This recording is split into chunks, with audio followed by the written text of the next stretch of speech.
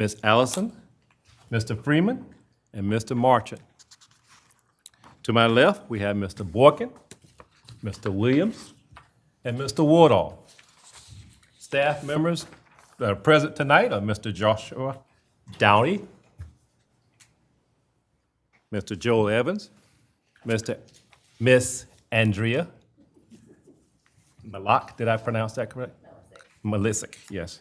Miss Savannah Murray, Miss Jennifer Stiles, Mr. Ben Thomas, and Miss Jenny Workin. And the planning staff attorney present tonight is Mr. Kevin, where is he? Okay, there you are, D'Antonio.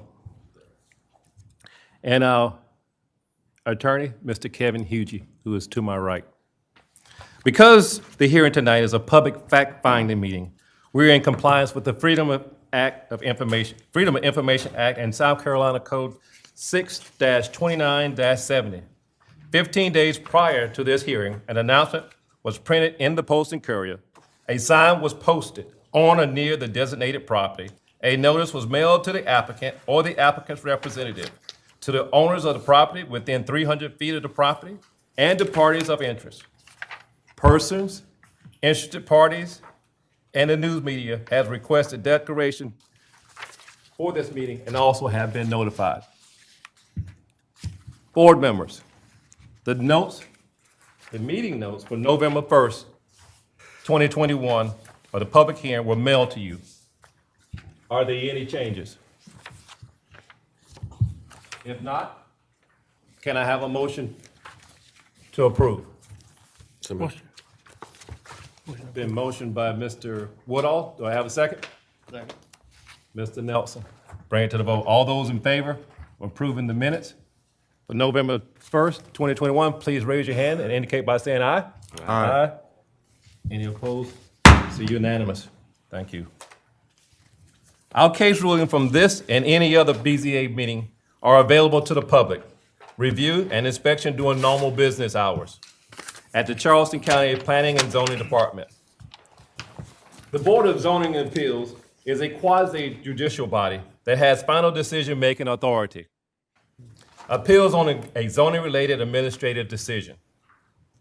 The BZA is authorized to hear and decide appeals only on zoning-related matters where it is alleged that an error in any order, requirement, decision, or determination made by the administrative official in the administration or the enforcement of any zoning-related regulation. A 2/3 vote of the quorum present is required to overturn the decision of the planning director in an appeal. A special exception is an exception issued by the BZA authorizing a particular use in a specified location within the zoning district upon demonstrating that such use complies with all the conditions and standards specified by the Zoning and Land Development Regulation Ordinance, also known as ZELDAR.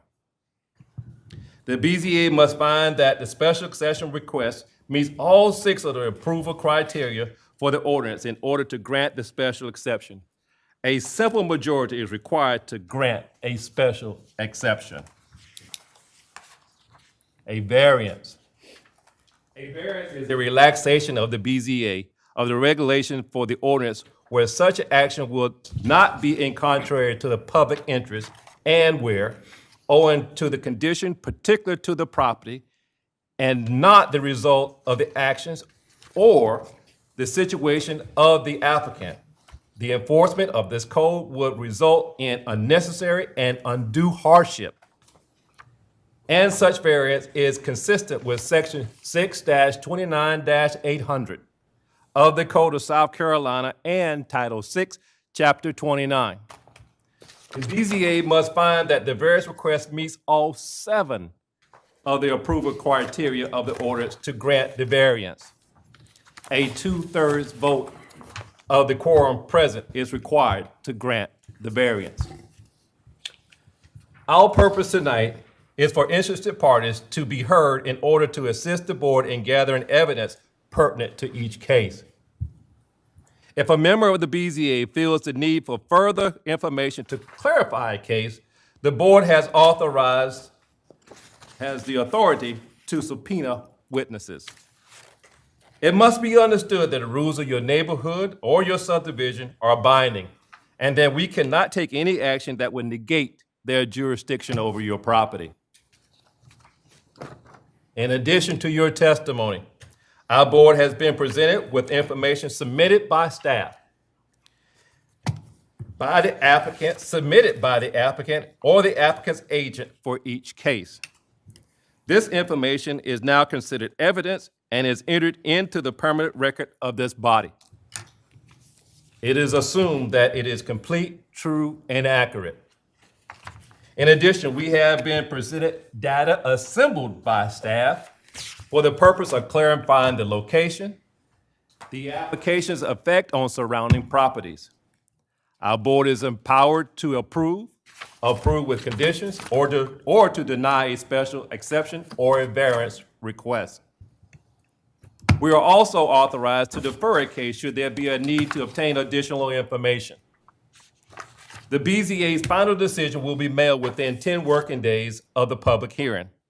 It would also be mailed, certified mail, to the applicant and U.S. mail to neighbors and the community of interest on the list. If an applicant's request is approved, the applicant should contact the Charleston County Zoning and Planning Department staff to discuss the next steps in the process. Variances and special exceptions granted this evening are valid for 12 months after this meeting.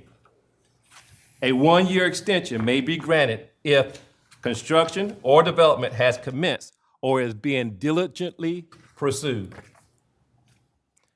However, if an applicant's request is disapproved and the applicant wishes to appeal the decision of this board concerning their case, appeal must be addressed to the circuit court.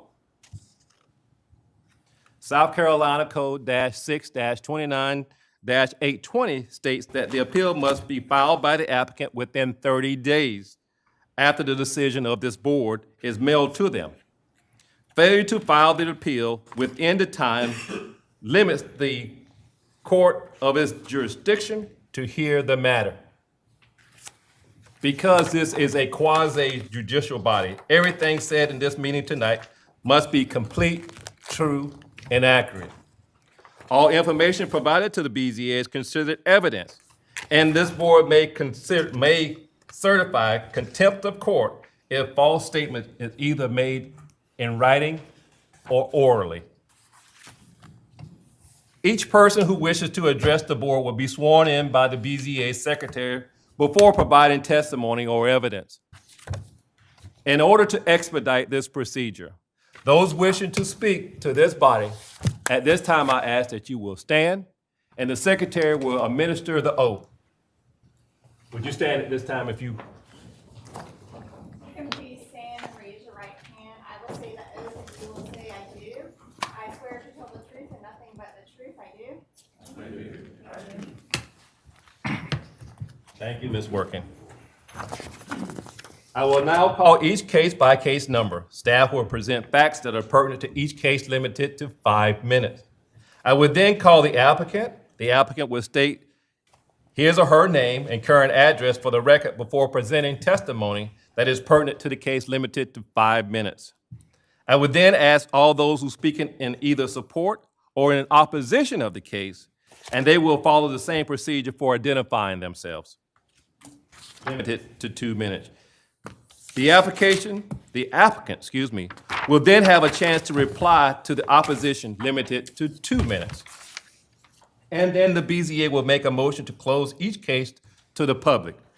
Finally, the BZA will make a motion concerning the application, stating specific findings of facts and conclusions of law. Tonight, we will hear 6 new business cases. Board, we have one small administrative thing we need to take care of to start off with. I would like to get a motion to move the appeal case BZA-10-21-00528 to the end of the agenda tonight because of its size and complexity. Mr. Chair, I so move. Okay, I have a motion to move it. Do I have a second? Second. Thank you, Mr. Williams. It's been moved and second. I now bring it to a vote. All those in favor, please indicate by saying aye and raising your right hand. Aye. Any opposed? It's unanimous and moved. Ms. Workey, since that's been approved, can you please introduce the first case tonight that we're hearing? And that is case BZA-10-21, that's 00529. Okay. The applicant, Phil Spitz of Flex by Crescent Homes, on behalf of the property owners, Herman C. and Deborah Trapp Fry, is requesting a variance to reduce the required 50-foot front street side setback by 17.4 feet to 32.6 feet at the closest point for a portion of a proposed residence, front porch, and steps, and a variance to reduce the required 35-foot OCRM critical line buffer by 13 feet to 22 feet at the closest point for a portion of the proposed driveway. And this is at 4646 Cape Island Drive, TMS number 617-1400038 in the east area of Charleston County. The subject property and adjacent properties are located in the rural residential RR3 zoning district in Phase 1 of Paradise Island subdivision, which was platted in 1995. Charleston County adopted required setbacks and buffers from the critical line in 2001. These are the ordinance sections that are applicable to this case, Chapter 4 and Chapter 9, development standards for OCRM. The planning director reduced the 50-foot OCRM line setback to the 35-foot OCRM critical line buffer for the subject property pursuant to the zoning ordinance, Chapter 9, Article 9.7, Section 97B2. This is a zoomed-in aerial of the property. So on November 2nd, 2015, the BZA approved a variance request for this property, and that was to reduce the 35-foot buffer in order to build a retaining wall. So that's the only thing on this property right now is the retaining wall. Let's see. A zoomed out aerial. Here's some photos of the subject property, adjacent properties, and Cape Island Drive. And this is the site plan and shows the 35-foot, so you could see the portion of the driveway that encroaches and then the portion of the front of the home that encroaches into the front setback. Regarding the approval criteria, staff stated that it may meet 1 through 4, and 6 and 7, and that it meets 5. If the board decides to approve this variance application, we are suggesting a couple conditions. 1, prior to commencing construction, silt fencing shall be installed along the critical line. The silt fencing shall be maintained for the duration of the construction. 2, the applicant shall use stormwater mitigation measures, such as the use of rain barrels or rain gardens to reduce the flow of stormwater into the marsh. 3, the portion of the driveway that encroaches into the 35-foot OCRM critical line buffer shall be constructed using pervious materials. And 4, the encroachment area shall be limited to the footprint area shown on the submitted site plan. That's the survey. And do you have any questions for staff? Does anyone have any question of staff regarding Mr. Marchant? Ms. Working, you mentioned a variance in 2015 to reduce the critical line to 35 feet, correct? So the retaining wall, is it now the critical line? I believe so, yes, but at that time it was landward, and that's why the variance was required, because if it was immediately along the critical line, it wouldn't have required a variance. So the critical line then's moved almost 31 feet since then, is that? No, not that much. They were really close to it was only like a foot or so. Yeah. And only in certain sections, Yeah. Anyone else? Thank you, Ms. Working. Is the applicant present tonight? Please, sir, come forward. Please state your name and address for the record. Phil Spitz, 1624 Babington Way, Mount Pleasant.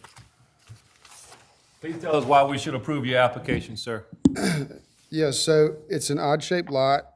I know that 4 approvals have been granted. Our neighboring property was granted for the reduced setback.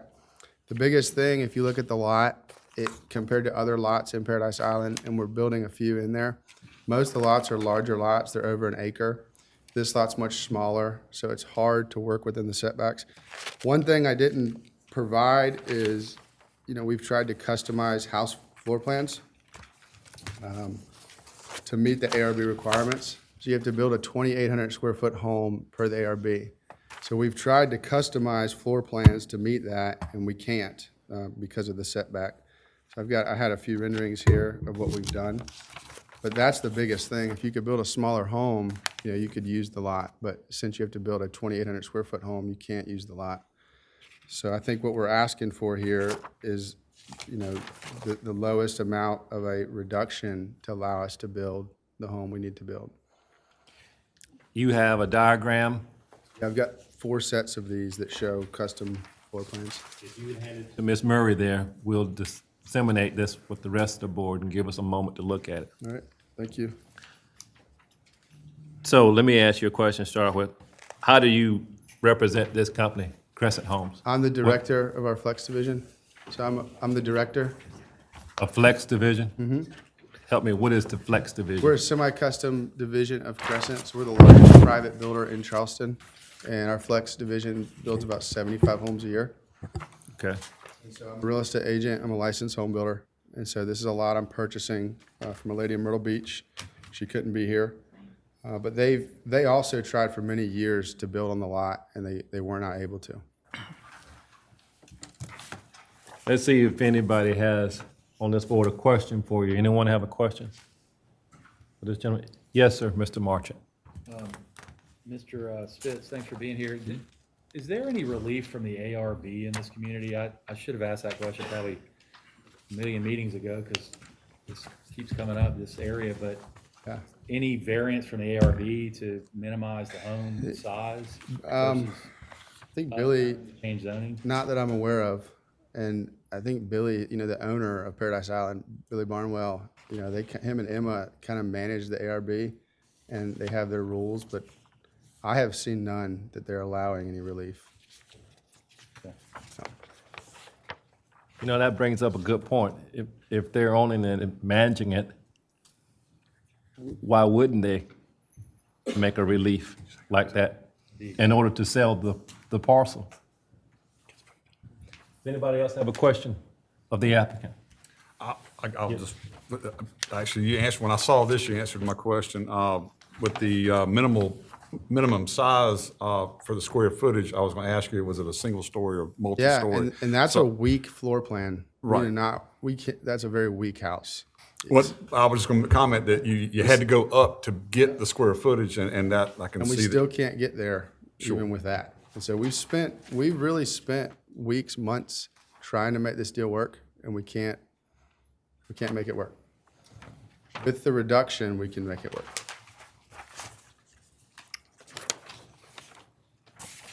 Anyone else? I hadn't had the privilege of looking at it hurriedly.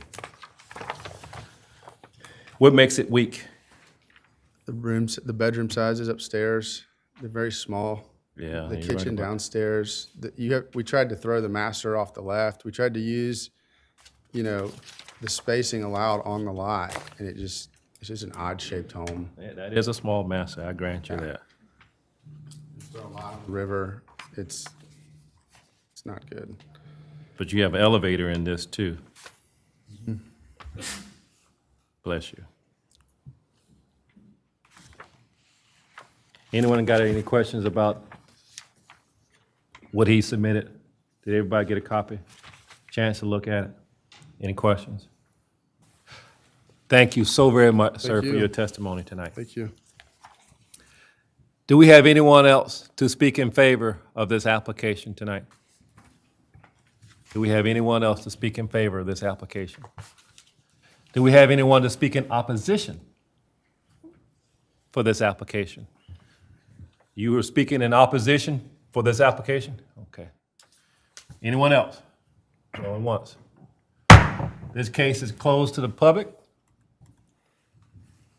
And at this time, do we have any questions of staff? Any discussion? Any discussion? Okay. And at this time, I'll ask for a motion to either approve or deny case BZA-10-21-00529. Any takers on anything? I'll be glad to, Okay. Mr. Chair. In the matter of BZA case number 10-21-00529, I move that we grant the variance for the OCRM setback and the critical line buffer that's submitted by the applicant. I find that it meets all 7 of the criteria. I find in criteria 1, there are extraordinary and exceptional conditions pertaining to this particular piece of property. The shape and narrowness have a lot to do with it. It fronts the marsh. The other part of this is the requirements of the community that a minimal square footage has to be met, and the applicant has gone to great lengths to try to satisfy both the requirements and couldn't do it. I find that it meets criteria 2. The subject property is unique. These conditions do not generally apply to other property in the vicinity. Other lots, as he stated on the record, that are larger. This is a smaller lot, significantly smaller and irregularly shaped. Criteria 3, it meets because of these conditions, the application of this ordinance to this particular piece of property would effectively prohibit or unreasonably restrict the utilization of the property. If a smaller home were allowed, he could build one, but unfortunately, not being able to meet the minimum size restrictions would make the lot unbuildable. Criteria 4, the authorization of this variance will not be of substantial detriment to adjacent property or the public good, and the character of the zoning district will not be harmed by granting of the variance. I find it meets that criteria. Criteria 5, the Board of Zoning Appeals shall not grant a variance in effect of which to be allowed the establishment of a use not otherwise permitted in the zoning district. It doesn't do that. It meets criteria 5. Criteria 6, the need of the variance is not the result of the applicant's own actions. This clearly is not his own actions. He has the lot as it was surveyed out, and it has the restrictions due to the size and shape of it as the plat was recorded for it. So that's not his actions. Criteria 7, granting of the variance does not substantially conflict with comprehensive plan purposes or ordinance. I find it does not. I will include in my motion that the following conditions be attached. 1, prior to commencing construction, silt fencing shall be installed along the critical line. The silt fencing shall be maintained for the duration of the construction. Second condition, the applicant shall use stormwater mitigation measures such as the use of rain barrels or rain gardens to reduce the flow of stormwater into the marsh. Condition 3, the portion of the driveway that encroaches into the 35 OCRM critical line buffer shall be constructed using pervious materials. And condition 4, the encroachment areas shall be limited to the footprint areas shown on the submitted site plan. Thank you, sir. We have a motion on the floor. Second. Second. Okay, Mr. Woodall, thank you. We have a second. Any more discussion? Mr. Marchant. Just to make a point, I think your motion's fine, and I support it the way it's worded, but perhaps we should be thinking about, are we always the path of least resistance when neighborhood organizations are involved? We've had a lot of cases in this neighborhood in the past, and I think generally speaking, it's easy for us to grant approval because there's a lot of weird conditions on these properties because of when the plats were developed. But just something for us to think about as we move forward. We should be the last path, not the first in many cases, I think. So. You know, one thing, you're right to a point, but then we also have to consider that the ordinance did change a little bit in the past. So whenever this was probably constructed, the ordinance changed and made these lots where they were not able to sustain the house footprint that's required. Well, if I may inquire, Ms. Working, under our current Zelders, if a subdivision came before y'all and it obviously would have the minimum home sizes, y'all would make sure that each of those platted out lots would be able to have the proper setbacks to build a structure that would meet the requirements that the HOA or the community would have. Y'all don't do that. Okay, sorry. Well, not that the community. But that they meet our setbacks. Like, that's what I'm trying to But get not at. of So the if, private. if we know that they're going to put certain demands on minimum sizes, which will basically make the lot unbuildable if the person buys it, what recourse would they have other than coming to us and asking for a variance? Could they, I guess, have a legal case with the HOA could it go that route as opposed to come here? To be able to build a smaller home is what I'm trying to say. I can talk to the Billy Barnwell about it. And I just wish we get some clarity, but that's a good question, Mr. Marchant. I see your point. I'd like to piggyback on that as well. That's what I'm wondering is, because the Zeldar is in place and it's like can they go to that HOA for those adjustments that's needed? You know what I mean? I understand what you're saying as well. Well, we've had the case with, they actually all plantation. Yes, property. yes. Right, and they kept coming back. The case is.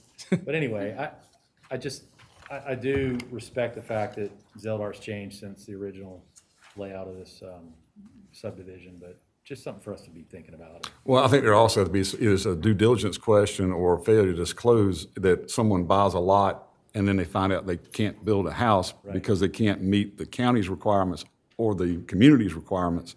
So then, I don't know, I'm not an attorney, but it seems like there's something there for some kind of relief, I guess.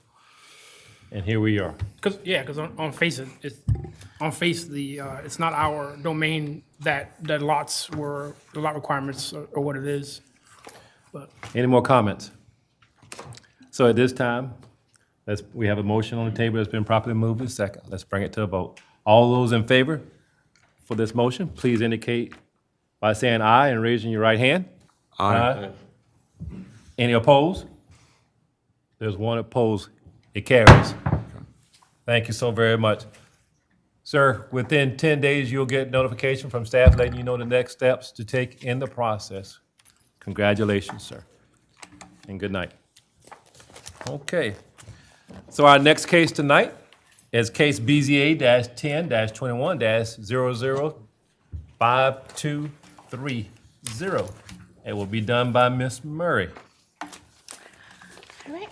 Case BZA 10-21-00530. The applicant and property owner, Jerry Pasleg, is requesting a variance to reduce the required 15-foot interior side setback by 7 feet to 8 feet for an existing accessory structure. The property is located at 3586 Kitford Road on Johns Island. TMS is 283-0000-508. The subject property and the adjacent property to the north are located in the Main Road Corridor Overlay Rural Commercial Zoning District. The adjacent properties to the south are located in the Kitford Community Residential Zoning District. The subject property is 2.98 acres. It contains 3 existing accessory structures, including 2 detached garages. One was permitted for personal use in 1987 and the other in 1988. Between 1999 and 2001, the accessory structure in question can be seen on aerial imagery, but no permits were obtained before the structure was erected. The applicant purchased the property in 2020 with its, here's the Chapter 4 section of the ordinance. This is the zoning map showing the subject property and adjacent properties. Here is the main road corridor overlay. Here's a zoomed in aerial, a zoomed out aerial. And these are some pictures of the subject property. So this is the existing accessory structure, which needs the variance, the interior side setback. Here are some more of the subject property. The first picture is showing the existing structure and the adjacent property. And then there's another of the existing accessory structure. Here are some of the adjacent properties. And this is Main Road and Kitford Road. Staff found that this request met criteria 1, 2, 3, 5, and 7, and may meet 4 and 6. If the board chooses to approve this variance. We don't have any Conditions? conditions, thank you, that we recommend. And here is the site plan and plat. Questions of staff? Any questions for Ms. Murray? Thank you so very much, Ms. Murray. Is the applicant available and here tonight? Please come forward, sir. Please state your name and address for the record. And please tell us why wait till you get to the mic, we're recording all this. One other thing, folks, we do have a monitor up front so we can see everything that you see up here. Thank you for coming tonight. Please state your name and address for the record, sir. Jerry Pasterleg, 1835 Woodland Road. Thank you, sir. Please tell us why we should approve your application, sir. I'm trying to get some lights cut on in a little building that's on the property that I inherited. That's been there probably 8 years, I guess. My stepdad had built it for us to hold our fraternal order of Eagles meetings in. It's kind of like a people helping people thing. They're nationwide. Fraternal order of Eagles is. And trying to get the power turned back on so we can have some family reunions and stuff over there. Okay. My electrician did the upgrades. I came here to get a permit for the safety inspection, and that's when I found out I had to do this. So. Trial and error. Yes, sir. Okay. Do we have any questions of this gentleman? So we understand what, Mr. Williams. How you doing, sir? So you bought the property in 2020 No. or you inherited it? Or? I inherited this property. Okay. Yeah. And it's been like 6 years in waiting because it's just been a shambles, really. Okay. So you started to build it at one point? When did you start to renovate it? Oh, I haven't done anything.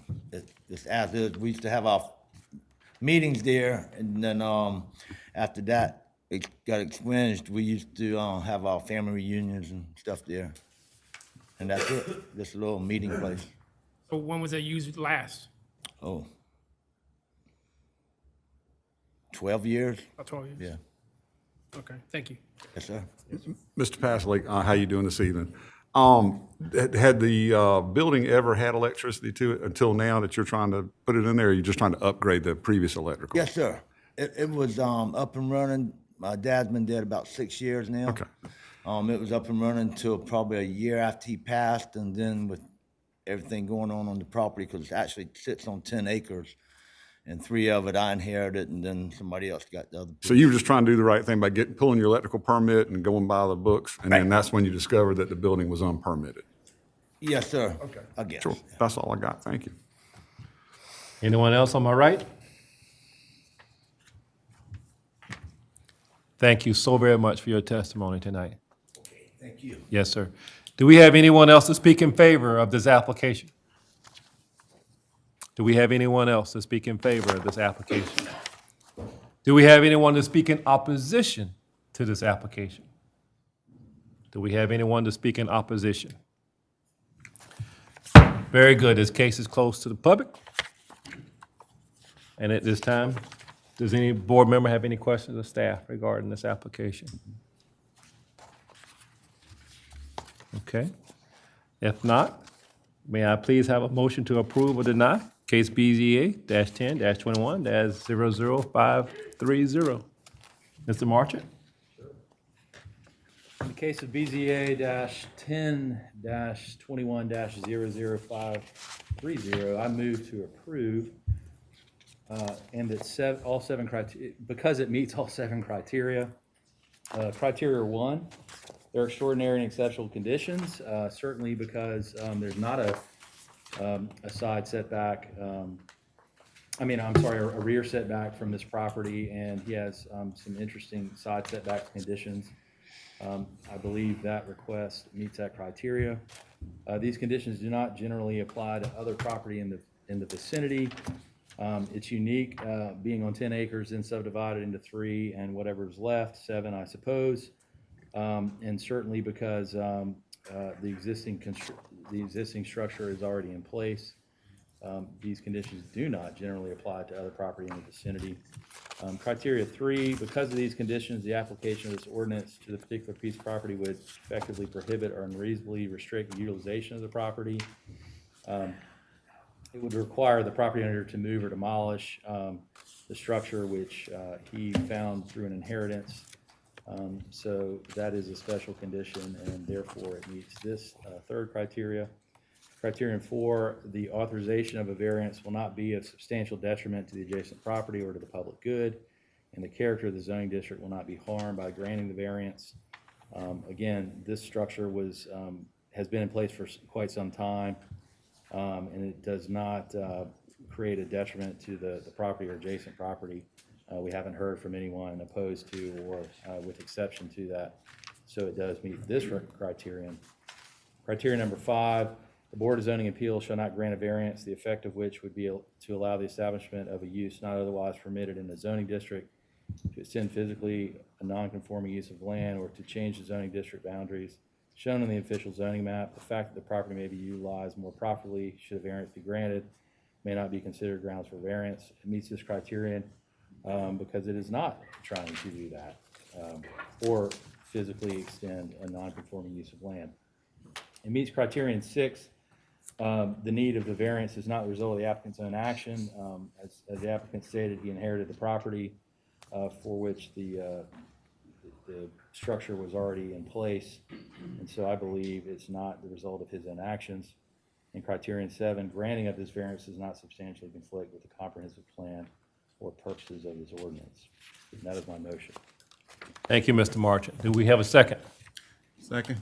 Mr. Freeman? Thank you for the second. Any discussion? All right. Now that we have a motion that has been properly moved and second, we'll bring it to a vote. All those in favor indicate by saying aye and raising your right hand. Aye. Any opposed, like sign? It's unanimous, it carries. Where did he go? Oh, they're in the back, you hiding from me. Congratulations, sir, your application has been approved. Within 10 days, staff will be sending you information, letting you know the next steps in the process. Once again, congratulations and have a good night, sir. Our next case tonight will be done by Ms. Working. It'll be case BZA-10-21-00531.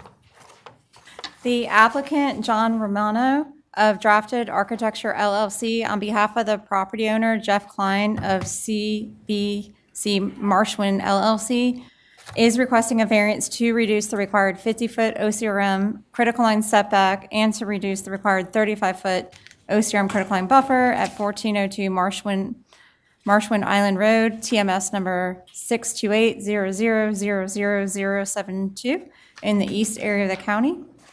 And more specifically, they like to reduce the required 50-foot OCRM critical line setback by 29 to 21 feet at the closest point for a portion of the proposed residence, to reduce the required 35-foot OCRM buffer by 14 feet to 21 feet at the closest point for the proposed residence, and finally, to reduce the required 35-foot OCRM critical line buffer by 11 feet to 24 feet at the closest point for a portion of the proposed driveway.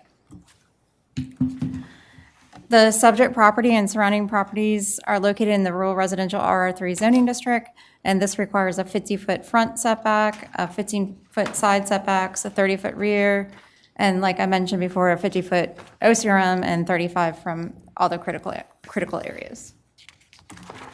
These are the zoning ordinance requirements. This is a zoomed-in 2021 aerial of the property, so you can see it contains a lot of marshland and a little bit of highland there. Zoomed out, some photographs of the subject property. This is the existing house that will be demolished. So the property contains 1.85 acres, and it's surrounded by critical line on 3 of the property boundaries.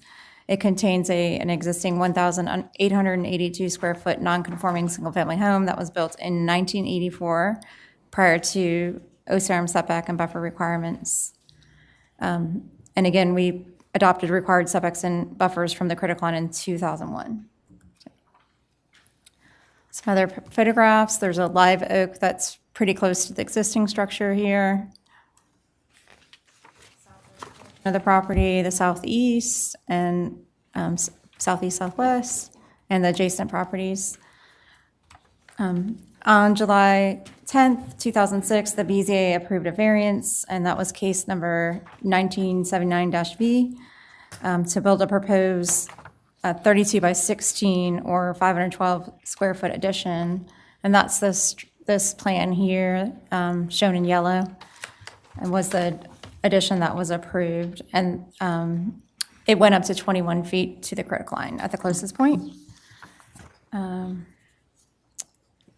The existing home is located 37 feet from the critical line on the other side. Compared to the 2006 site plan, the current property owner would like to expand the footprint in both directions, southwest and southeast, up to 21. So, okay.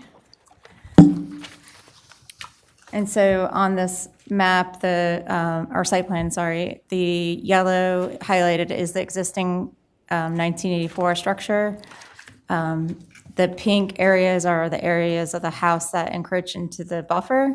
The blue areas encroach into the setback. And then the green is the driveway portion that's encroaching into the buffer. So staff stated that they may meet 1, 2, 4, and 7. We stated it meets 5, and we stated it does not meet 3 and 6.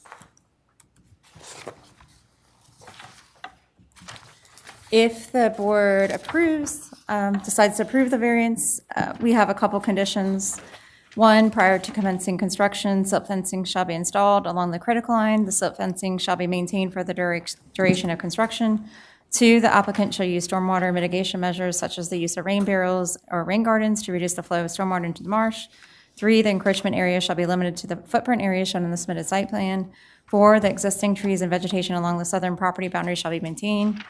5, the applicant shall retain a certified arborist to monitor and treat the 24-inch DBH grand live oak tree near the northwest corner of the home on site through the duration of construction. The applicant shall provide a copy of the treatment plan to zoning staff for review and approval prior to zoning permit approval for the construction of the residence. And finally, 6, prior to zoning permit approval, the applicant shall install a 4-foot in height minimum chain link tree barricade around that 24-inch DBH grand live oak tree to be preserved, and that's pursuant to section 9.4.4 of the zoning ordinance. And this is just the survey and the plat. So on the plat, you could see the other surrounding lots that do have houses on them as well. So. Any Okay. questions? I'm going to start off with one. That oak tree is mighty close to that house. I It mean, they're is. going to have to tap dance around that thing. But since they are going to talk to you about that, so since they are moving the house closer to the marsh, away from the tree, but we still want those, if approved, we still would like to see an arborist involved and the barricade. Okay. Any questions? Go ahead, Mr. Williams, you had a question? Is this an addition to this existing house, to the existing house? It's going to be a demo, yeah. So the yellow portion will be demoed. The 2006 plan, they were keeping the house and just building an addition, so.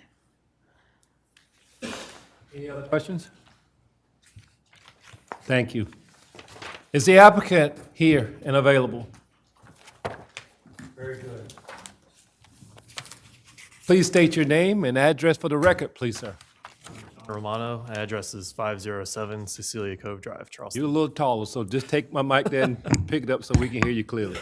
Is that okay? I just don't want you humped over, it doesn't look comfortable. Very good. Please tell us why we should approve your application, sir. Well, like Jenny was saying previously, the lot is long and narrow, and the existing house built in the early 80s is built towards the end of the lot, towards the water. The existing house encroaches into the OCRM setback. We would like to utilize the existing footprint and expand, obviously no more than the previous request was approved for, which would be the 21 feet. That would be the maximum amount of expansion into the OCRM setback. Part of this variance approval would allow us to shift the new structure away from the Grand Oak, the 24-inch Grand Oak. Currently, the existing house sits a little over 4 feet away from the Grand Oak, and shifting it away would allow us to move it at least 10 feet or more. Part of what constricts us too is the existing septic field. We'd like to utilize that in the new house. The other portion of the lot that does widen a little bit, we'd like to utilize for an ADU, accessory dwelling unit, which would be in accordance with the rural development or the comprehensive plan. Okay. Was there anything else, sir? Don't think so, no. Okay. All right, let me see if we have anyone that'd like to ask you a question. Mr. Martin, I saw you at the corner of my eye first, sir. Mr. Romano, good evening. Sorry, I can't talk with my mask. Tell us a little bit about why not locating the house in other parts of the buildable area of the lot. I mean, I can appreciate the septic field reuse, which I understand. The ADU, if not there, one could argue the house could be in the vicinity of where the ADU is being shown. I'm really struggling with criteria 6, where creatively, I think you could fit a house on this property and avoid the setbacks. So I guess tell us a little bit about that. And then somewhat related, if you were to use the existing variance request that you already have, but took out the tree, could you make that work? So sort of a two-part question.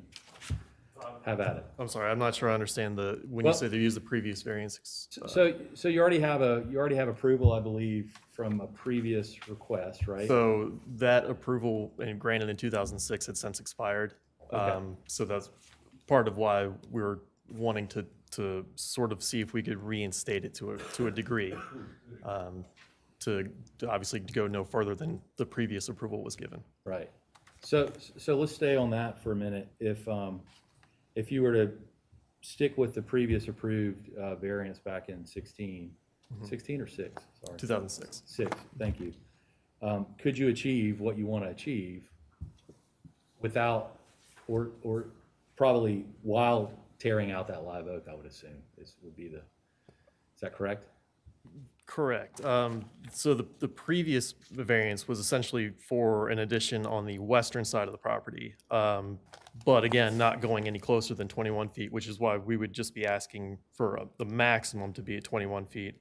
And actually that 21 feet only occurs at sort of an odd point in the OCRM line where it juts out into sort of a triangular shape. If that line were to go straight across, you're looking at more like 30 to 35 feet. I think the best case scenario is to be able to reuse that existing footprint, but also push it away from the Grand Oak to protect that Grand Oak. And then obviously to be able to reuse that septic field. Right. So back to my first question, I guess, why not just place it in the middle of the lot where we don't have to approve your request?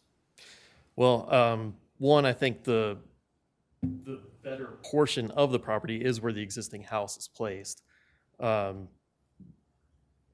Being able to build out an ADU and essentially placing the property placing the new structure where the ADU is already positioned leaves a good portion, almost half the portion of the lot undeveloped or undevelopable.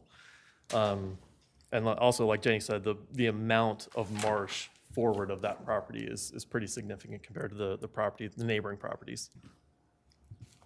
Okay. But it could be done. With some sacrifices, for instance, the ADU would not be possible. Okay. Thank you. What's going in the ADU? Well, essentially, garage below, living unit above. So why wouldn't the ADU be possible if you moved the house to a new location? Basically, flip-flopping the ADU and the existing house. I haven't looked at placing the ADU there. I think just by the footprint, you'd probably still have some issues.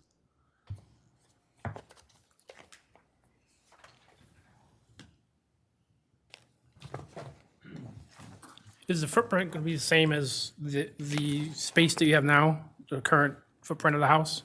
Same square footage or different? It's increased, the square, so that's part of the request too, is we could rebuild in the existing footprint without BZA approval, but in order to keep the house where it is and rebuild in that footprint and grow it, that's the approval that we're looking for. And the existing building footprint is 2,860 square feet.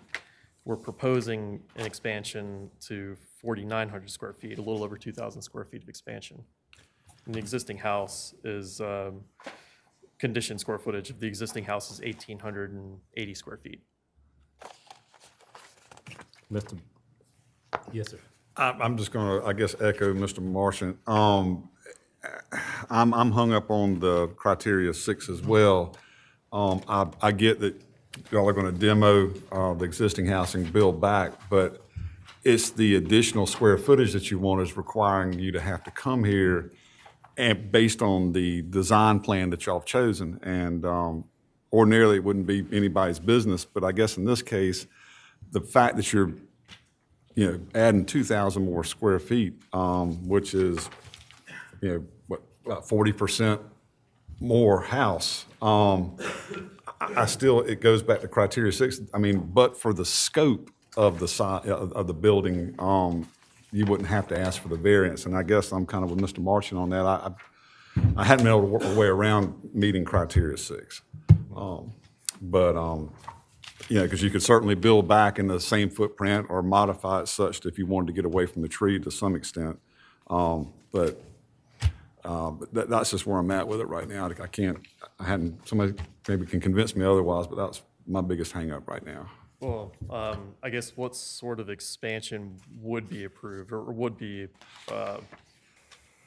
sort of a non-issue with the current house? I would tell you that I could support, certainly allowing you to build back in the variances that were previously given without any, I wouldn't have any problem with that at all. I think you'd be, you were given that before. I don't think you should lose ground now that you're building back. I would support that, but I mean, I'll let Mr. Marchant, that would be a reasonable accommodation. I can't speak for anyone else, but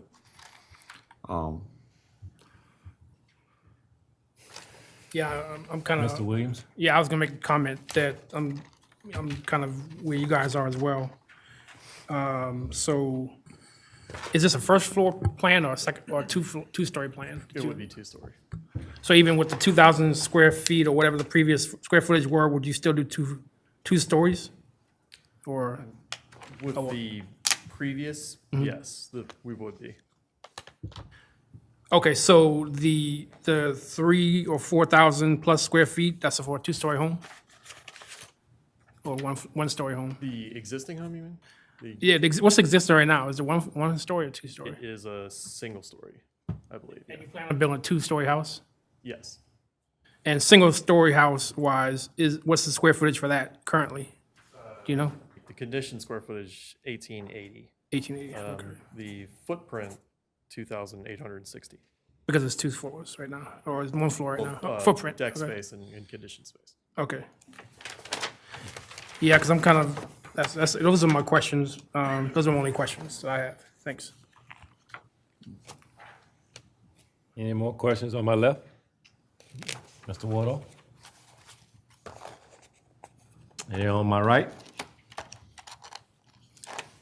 Now, I will say this. You can take it however you like. You can ask for a deferral, come back. If you kind of have some feelings. Because if you denied, then you have 12 months. Okay, I don't know what your timetable is. That's just some feelings. Okay? I'm not saying anything, but I'm just throwing something out there for knowledge. Any more questions of this applicant? I guess I have one other question, if I may. Would you be amenable to the prior criteria that the BZA stated for you, like had there? Yeah, I think Kind of piggybacking on what you said. to expand to the west, the essentially granting 21 feet of encroachment into the western side of the property. think so, yes. Mr. Marchant, you have any questions? Thank you, sir. Thank you. Do we have anyone else to like to speak in favor of this application? Yes, sir. Thank you. Please come forward. Please state your name and address for, yes, sir, you may remove that. We'd like to hear you. Okay, appreciate it. Thank My you, name's sir. Jeff Klein. My wife Anna Klein and I, it says CBC LLC up there, but that's just me and her. So this is not some corporation. This is for our personal house. Could you state your address? Oh, I'm sorry, Jeff Klein, 1402 Marshall Island Road, Allendale, South Carolina. Thank you, sir. A couple of things I want to point out, and maybe I'm mistaken on here, but our understanding was the original variance that, and I don't know if you all saw the email I put together, but basically what we were drawing in this conceptual, basically we didn't want to try to design a house before we understood the rules we were working within. So, you know, when John was saying a certain amount of square footage, that isn't really, you know, we haven't gotten to that far because we're just trying to figure out what we are and are not allowed to do, which is what brought us here. And talking to Jenny, we found out that there was, so we got a survey of the house and it shows that it's all sorts of into these OCRM setbacks because it was dated so far back. So we, you know, tried to figure out what we were allowed to do, and they basically showed us that, you know, you had, Jenny sent what was previously approved, which was to go up to 21 feet. So the illustration you saw there was really just showing a general proposed footprint that on the one side doesn't even go up, so it's less. So where that one addition was that got approved before, we're actually asking for less of an impact on that side. We were asking for an equal to on the south side. So in our mind, we you know, Give and take. yeah, we were sort of suggesting we're trying to, you know, lessen it on one side.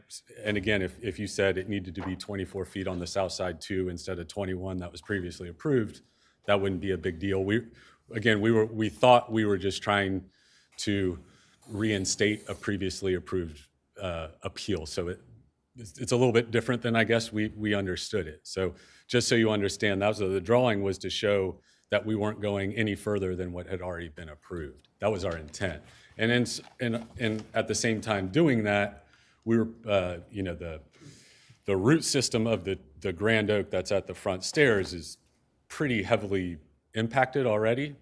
And so we got an arborist to look at it and, you know, basically said tree's in good health, but, you know, over time, so our idea was let's reduce it. Again, it was in my number from currently, you know. Excuse me, sir. I hate to stop you, yeah. but your time has elapsed. Oh, okay. All right. If a board member would like to give you more time, we can do so. Would you? Unless they can ask you a question. I'll ask a question. Good evening, Mr. Klein. How are you? I'm good. I hope you had a good Thanksgiving.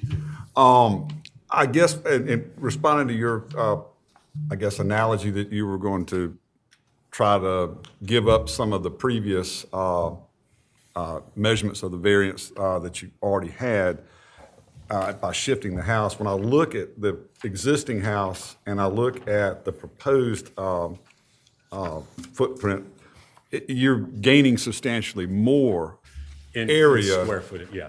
And so that's where I have a problem with it. And so I understand what you're saying, but yeah, you're giving up very little and grabbing a lot more if you look at what you've submitted. Right. And again, I'll just restate what I've said before is that, you know, this is about, and I get it, you're trying to build a house you want to build, and everybody should in a perfect world, but unfortunately, we're bound by these criteria. And I can't get around again that this is not something, that the reason for the need for the variances of your own actions in the sense that the plan you're trying to build is the reason you have to ask for this variance. You've already got it for the existing house. You could certainly build back within that footprint with another house. Within the current. Correct. But not beyond that. And so what happens is if we were to, and sort of to answer your other question, I mean, there's a lot of trees on this property, and that's why we purchased it. That's why we like there's 4 lots that are, you know, a couple family members, and we like the privacy and the quietness of it. I mean, to basically, if we're unable to build in that, then, and build sort of where you said, I mean, you're gonna be taking down the predominant amount of trees on the property, and you're gonna leave where the existing house was, you know, is gonna be. Well, the only thing is if those are not grand trees, they wouldn't require a variance to be removed. And that'd be your decision to do it or not do it. I get it. I love my trees. I'm not cutting any of them down. But again, how long have you owned this property?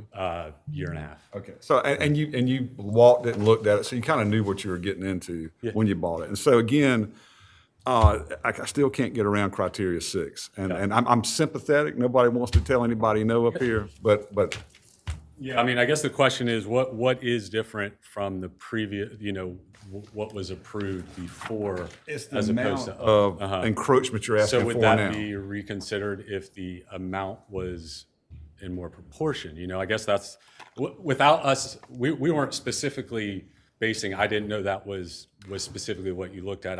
I understood from the, you know, the way the list is I written. couldn't speak for this board, but I would tell you that I would be in support of a plan that didn't increase the amount of your total encroachment beyond what it is now. Is that clear? I can make it? Yes, based Okay. on whatever that previous variance was, which I don't. Right. even So, know. I mean, there's a square footage of the amount of encroachment you've got now that you were given by the previous variance.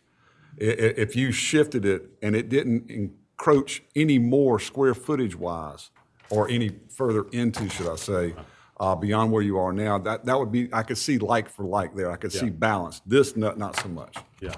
But I mean, but again, that'd be a case for another time. That, you know, I can't, you know, it doesn't affect what we have here tonight. The board approves a site plan, and we just saw that earlier tonight. You're approving that site plan. So they approved the site plan. Got it. So Yeah. regardless if it's, the order said 21 feet, this is what was approved. So if they want to do anything different, well, plus it expired, so they still have to be here to do this. But you see what I mean? Yeah. Yeah. So it expired. So what you guys are approving is what's shown to you at the meetings. So basically, if you wanted to rethink your proposal, Yes. this might be the time to Meetings. consider that. First reading.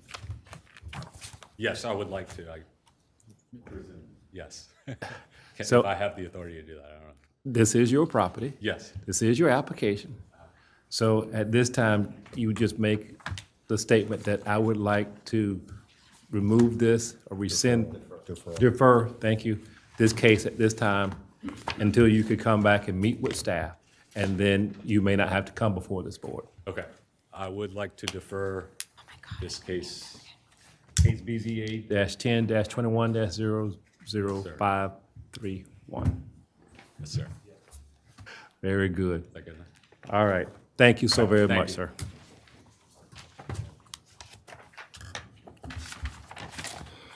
Okay. Defer or just? It was just deferred. He deferred. Mr. Merchant had a question. I'm not sure if it matters now or not. Thank you. You had a question, Mr. I was March? just going to recommend the same and sort of try to advise him as to what he needed to do before he came back. I mean, He'll talk to staff. Yeah. sorry, yeah, he'll speak to exactly. staff. But we passed that, and I think that was a good decision. Thank Yeah. you. Give him a chance. That way he doesn't have to wait 12 months. If he were denied tonight, he would have had to wait 12 months. Okay, all right. So, okay. Thank you, board. So the next case that we have tonight will be case BZA-10-21-00532. That will be done by Mr. Joshua Dowling.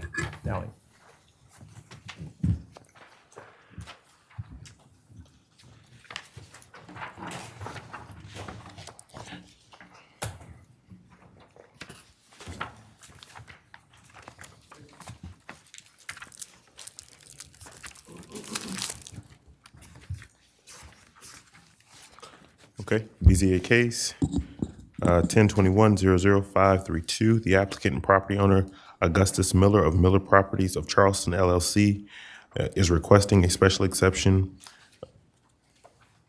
to establish a short-term rental, extended home rental in the single-family R4 residential zoning district at 1926, 1928, and 1930 River Road, TMS number 345-0000-021 on Johns Island in Charleston County.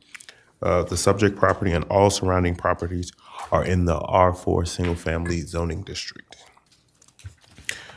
Charleston County property records for these three structures are as followed. 1926 River Road is a 1,363 square foot single-family residence that was built in 1967 with 2 bedrooms. According to the applicant, this is a 3-bedroom structure. 1928 River Road is an 800 square foot building or square foot single-family residence that was built in 1940, and that is 2 bedrooms. And 1930 River Road is a 621 square foot built in 1945 with 2 bedrooms as well. So the total number of bedrooms for this application is 7 bedrooms, and the total maximum number of days that they are requesting is 144 days in aggregate. And again, that is for the parcel, not for each structure.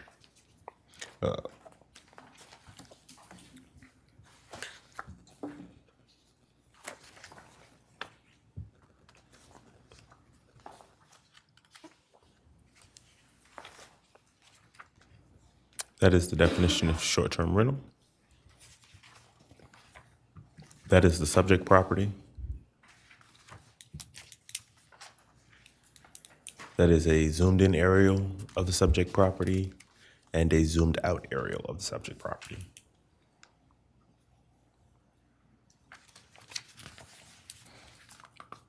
This is 1926 River Road.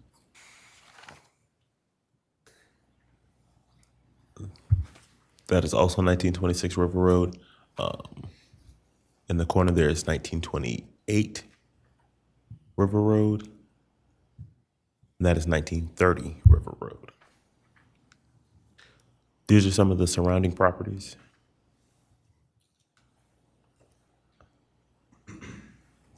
That is River Road. Staff does believe that all 3 criteria for this application have been met.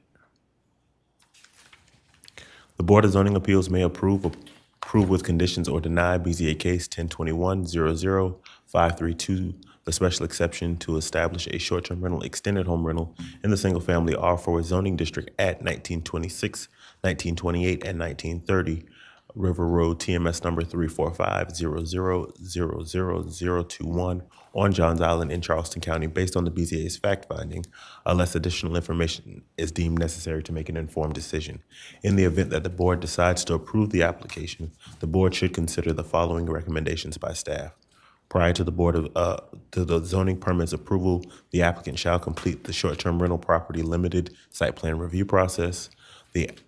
You shall comply with all requirements of Article 6.8. The property TMS number 345-0000-021 shall not be used as a short-term rental for more than 144 days in aggregate during any calendar year, and the property owner shall be responsible with ensuring that the tenant complies with the Charleston County noise ordinance. That is their site plan, and it shows all of their proposed parking for all 3 structures. And that is the entire site plan. This is a zoomed in of the site plan that is mainly to show the parking. And that is their plat. Any questions?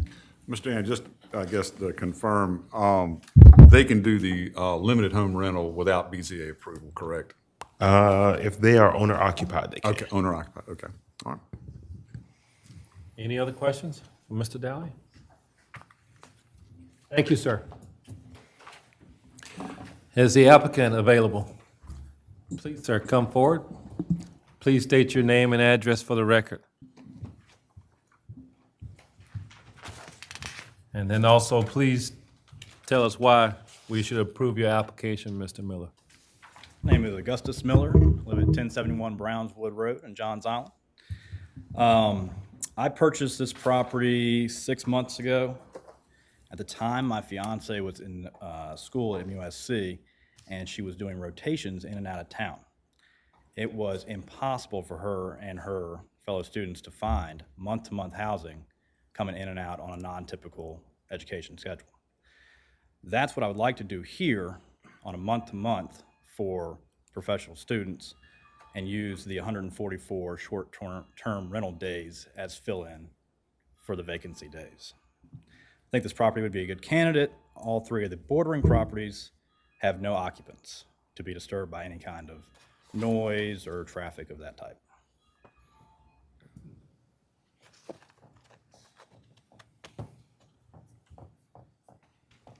That's it? That's all I got. Mr. Woodall, what you think about that? Don't drag me into that, man. It's his plan. Simple and sweet. Simple and sweet. Anyone have a question of this young man or Mr. Miller? I guess you kind of got it over real quick, didn't you, Mr. Miller? Just right out of there. Just straight out there. Okay. Well, all right. He could probably drag it out a little bit longer if you wanted to. At least another 30 seconds, you know, kind of making it look a little easy here.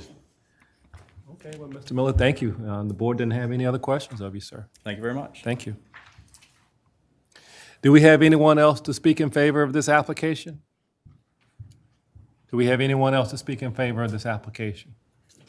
Do we have anyone to speak in opposition of this application? Yes, sir. Please come forward. Please state your name and address for the record, sir.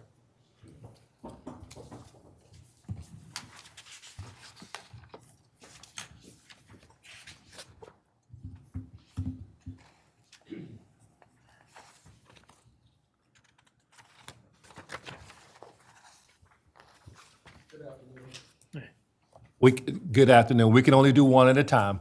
One at a time. So whoever would like to come first. Good afternoon.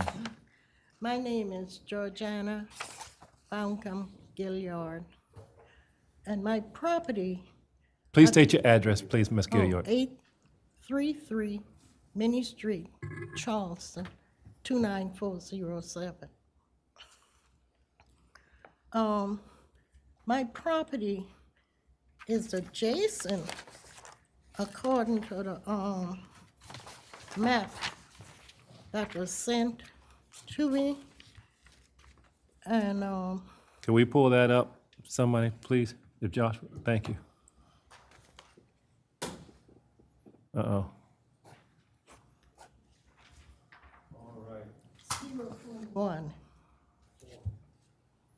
024 is my property. Okay. And I object to any changes because I really want this property for my children, grandchildren, and great-grandchildren. And I want them to know just who their neighbors are. And when you do a short-term rental, you don't know who's coming in and out. And so I strongly object for the changes here. Okay. I grew up on this property, and I really want my children to know just what it means to have property passed down to them and to know who their neighbors are. That's important to me. Okay. Let me ask you a question, Ms. Gilliard. Did you know the previous owners of the piece? He just mentioned he just bought that property 6 months ago. You aware of that? What? Mr. Miller just bought this property 6 months ago. But I don't live over there now, so I'm sorry? I don't live on the property, so I wouldn't know, just who's next door to who right now. I guess my question is, did you know the prior owner of that piece of property? No. Okay. Ms. Gill, good to see you. I guess to bring up a point, when I was speaking earlier, if Mr. Miller wanted to, he could take up residence himself in one of those 3 units, and he could go ahead and do short-term rentals for 72 nights a year without even coming before this board. And he could also sell all 3 of those properties to somebody else, and they could do the same thing. So you could have all 3 of those units going 72 nights a year without anybody having to come before this board. He's just asking to do it 144 nights in each of them and not be owner-occupied. That's why he has to come up here tonight. So us denying him is not going to stop someone else or himself for being able to do what he's asking for, just maybe not as many nights as far as people staying there. I found out that usually when you go and you give somebody permission to do it one time, then they go and they do it again, or they extend, and here you're coming, back and forth. Well, let me add this to you. Maybe this may allay some of your concerns. This approval is good for 1 year, and he has to have a business license, and if they receive 3 valid complaints, he can lose his right to continue doing this. So if he has problematic tenants that come and stay and there's trouble, it's not a forever thing. He has to abide by all these conditions that are going to be in here, and good neighbors, if they have concerns, they have a right to redress this. Does that help you feel any better about it? Well,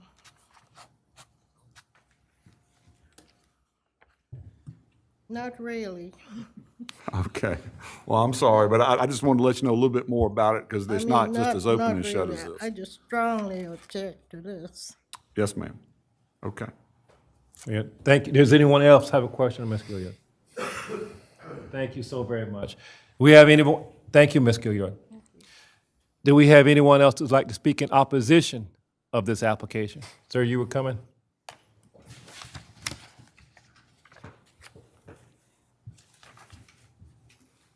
Good afternoon. My name is Terrence Gilliard, also of 833 Minnie Street, Charleston, South Carolina. I'm Mrs. Gilliard's son. And I just have a couple of questions more than oppositions. I noticed that this is a pretty deep parcel, but it's only 3 residences being mentioned on here. And I think my concerns are more about future development, because we do plan on building on this property. And I wanted to know if this special exemption is for the whole. I think I heard him mention that it's for the whole parcel instead of just those 3 residences. So as far as future development on that property, with this provision being given, would that apply to any future development going on the property? So primarily, it's going to be dealing with the short-term rental for the 3 dwellings. Just for the Yes, for the 3 dwellings. For any other improvements made on this property, he would have to go before county to get that Would have done. to come back before zoning again.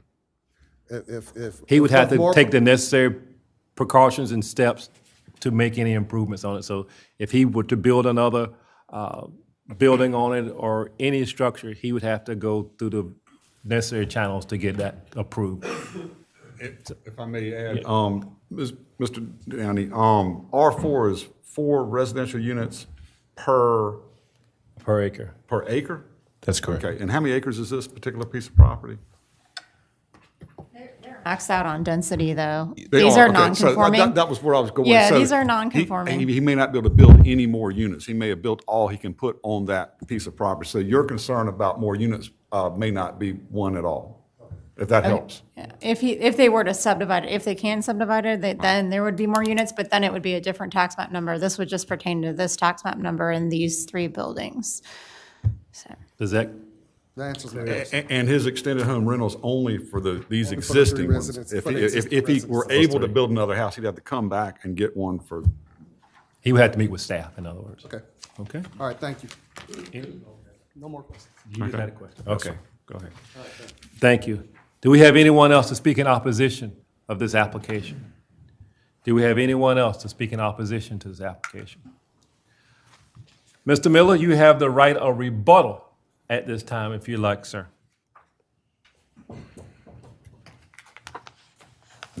And Once again, I'll ask you to state your name and address for the record, sir. Augustus Miller, 1071 Brownswood Road. I just want to say, I mean, I live on Johns Island myself. I love Johns Island and the ruralness of it. I have no plans in future development of this particular property we're discussing here. You know, I maintain the property myself. I mow the yard myself. I hope that we can meet as neighbors and have a good relationship. So that's all I have to say to that. Okay. Just one real quick thing, Mr. Miller, you don't have to, but would you be willing to share your contact information with Ms. Gilliard? And so that way, if she has any concerns, she can get in touch with you? Okay, thank you. That's all I've got. Anyone else? Thank you so very much, Mr. Miller. No one had a question? Okay. So at this time, this case is closed to the public. Any discussion? Any questions of staff?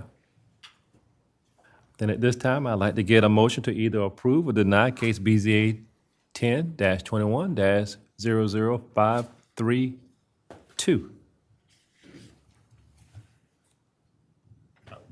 Okay, yeah, I was looking at you, Con, yeah. All right.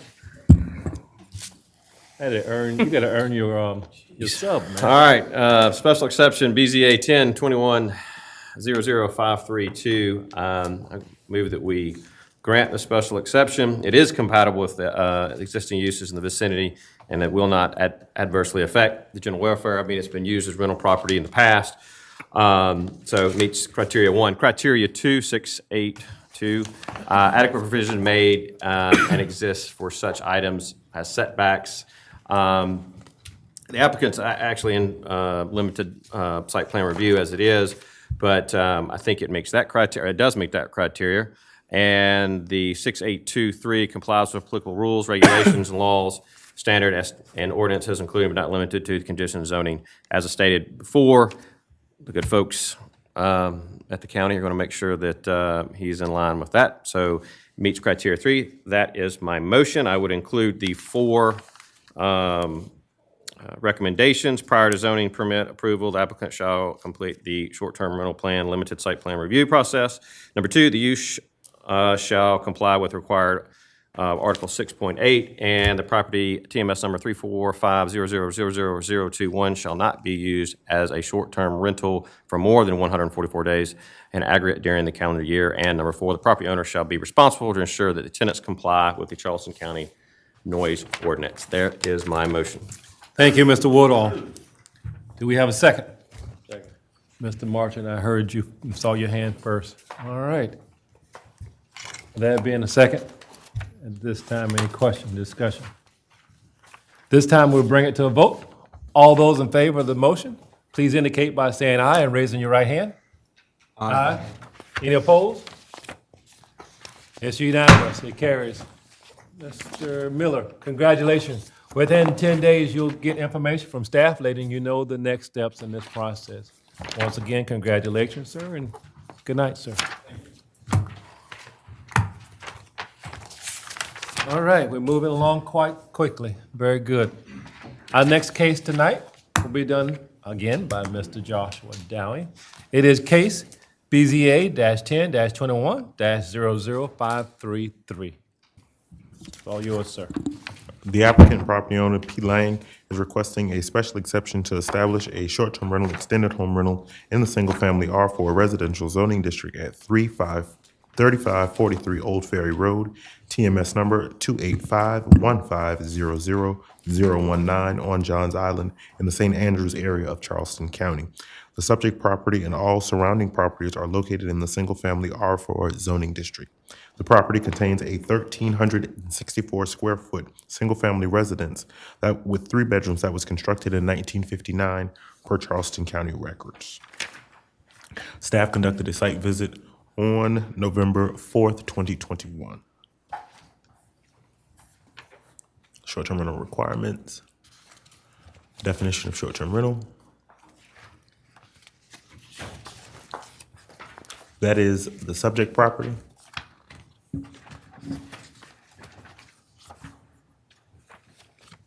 That is a aerial view of the subject property. and a zoomed out aerial view of the subject property.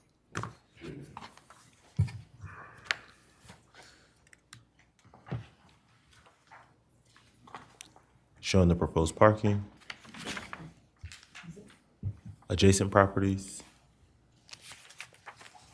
and that is Old Ferry Road.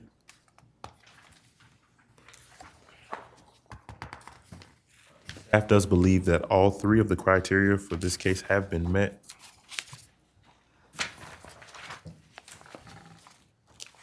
Received one letter in opposition for this case.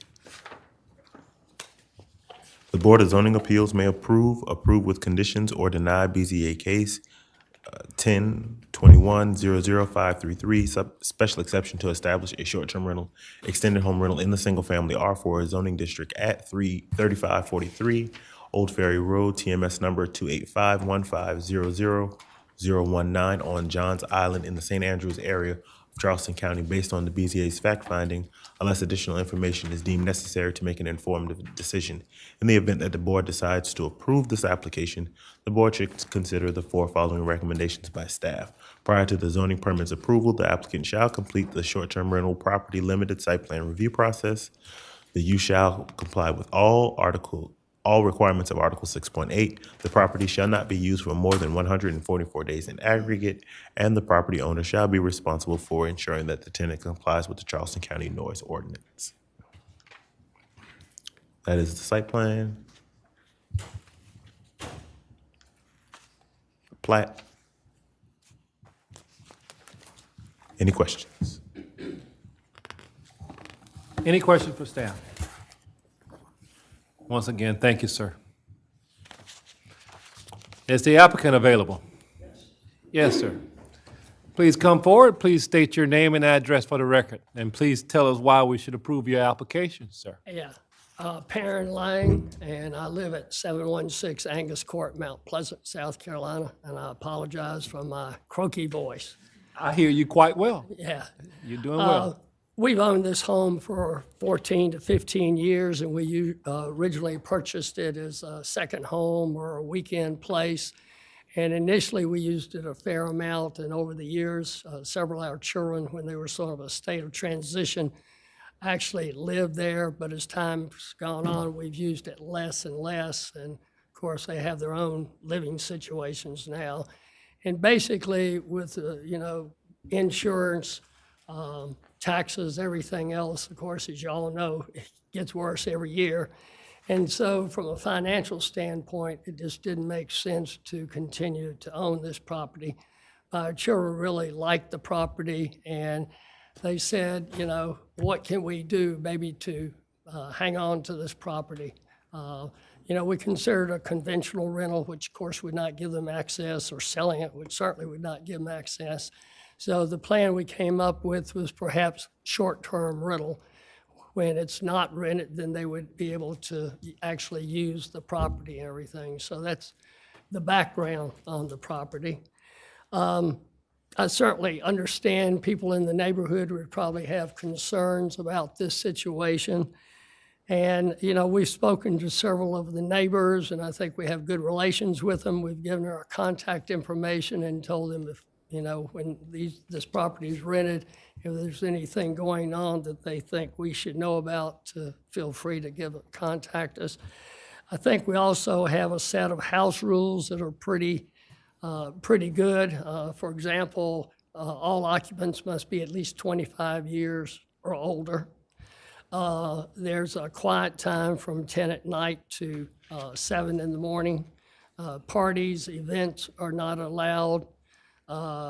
We have told people when they rent the property, they must park in the driveway. We have room for 5 cars, not to park on the street. We made them aware of all the pet rules in terms of disposing of waste and having on leashes and that sort of thing.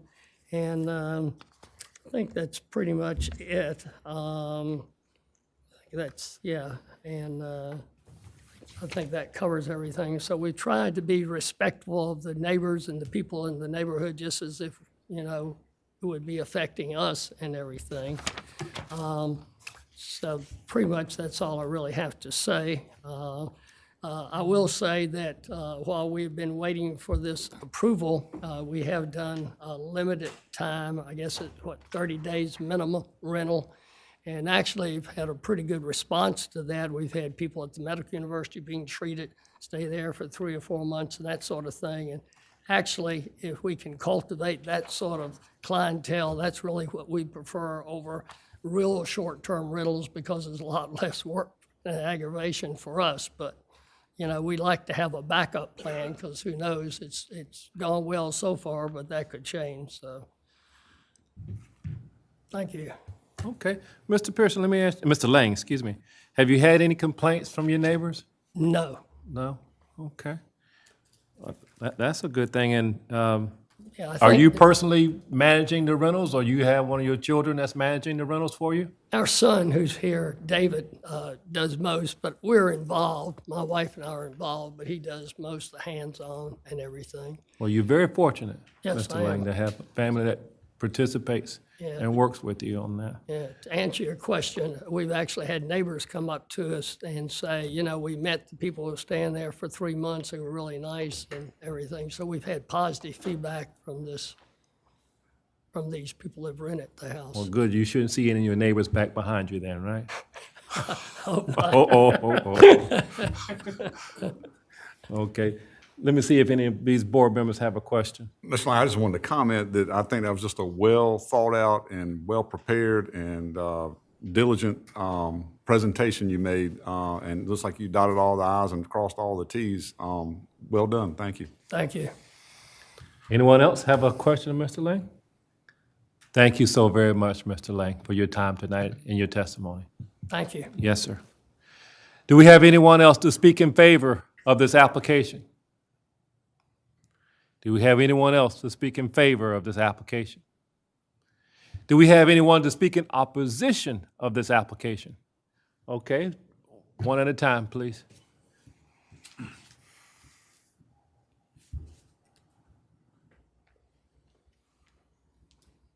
Please state your name and address for the record. At this time, we want to hear what you have to say. We don't want you to be I've got allergies, so sorry for my voice. Yes, sir. I'm Joe Raffo. I live at 3533 Old Ferry Road, 2 doors down. And I'd like to talk a little bit about the proposal. We're all ears, sir. You have our attention. All right. I haven't had the opportunity to meet the Langs just yet, but I've lived there about 1.5 years at this point. I plan to retire there. Most of that neighborhood, close-knit group, we have picnics and tree lightings and all kinds of different things in the neighborhood. A lot of the neighbors are elderly. They've lived there for a good long time. The person I bought the house from had lived there. I believe Joe said he lived there for 40 years. And so it's a well-established neighborhood. The reason I bought there was there weren't any short-term rentals. It wasn't an Isle of Palm situation where people would be coming through. I've talked with about 6 of the neighbors. They're against it. The next door neighbors to this property, Jennifer Seal, she has 3 daughters, all teenage. They live next door to me between the 2 properties, and they're always out there swimming in bathing suits and whatever. She's very concerned of the traffic that'd be coming in on a short-term rental. Now, I have met the long-term renter that was referenced. Nice person, nice guy. I'm not so much opposed to, and most are not opposed to long-term rentals, but the short-term rental situation is something that most I've talked to are against. I haven't talked to anybody that is in favor of that one thing, the short-term rental. Now, being that it's been Thanksgiving, my intention was to go around and poll. It's about a 30-house neighborhood. It's a little spot right there by Main Road. and about 30 homes there. And I was going to go around and talk to more of the neighbors to understand what they think. You know, if I could find some people that were for it. And I haven't had a chance because of the holidays and a lot of the neighbors. That's why one neighbor wrote in. A lot of the neighbors are elderly. And so they're not able to be. And Jennifer, the person that lives next door to me, wasn't able to be here because she had to take her daughter to volleyball practice. I have to stop you and ask Sure. if maybe a board member would like to ask you a question, because at this time, you have Absolutely. no more time. Does anyone have a question of this gentleman? I'll just make a short one. Okay. Good evening, sir. Good evening. I guess, I know you mentioned that you moved there because there were no short-term rentals. Just about everything in Charleston County can be a short-term rental on the way the ordinance is written. So what makes this unique is they can get 72 nights for any house in your neighborhood without coming to this board by property right. You could rent your house out for 72 nights without coming before this board. So this one, they're asking for 144 nights. You know, so there's something that it's you can't stop it from happening. You know, everybody that has a house in there can do it up to 72 nights.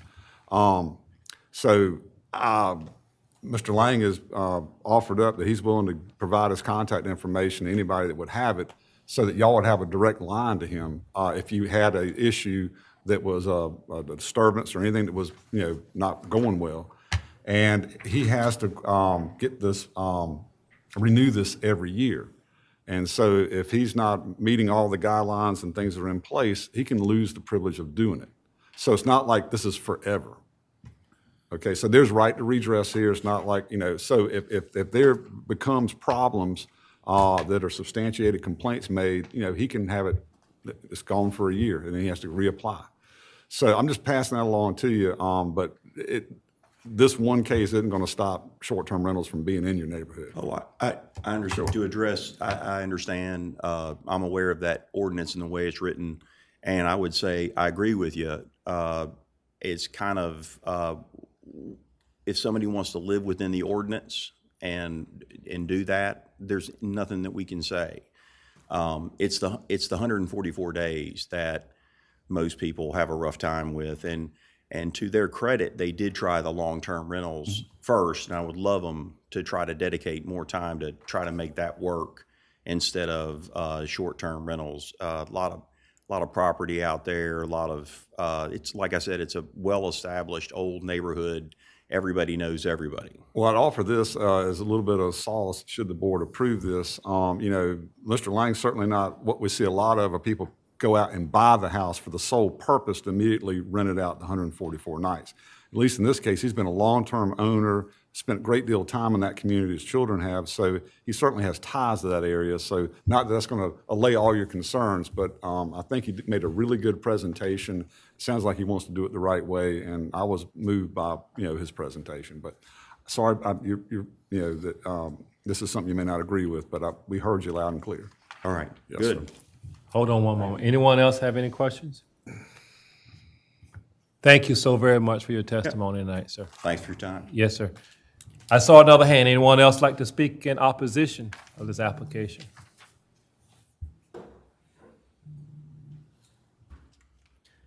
Council, good evening. Good evening. Good to Please see you state guys your here. name and address for the record. My please, name's sir. Tony Winstead, and I live at 3534 Old Ferry Road, right across the street from the Langs, where this is being done at. And I was actually the individual that went over and spoke with Mr. Lang and met with him and his lovely wife. They're very great people. They gave me their contact information and so forth.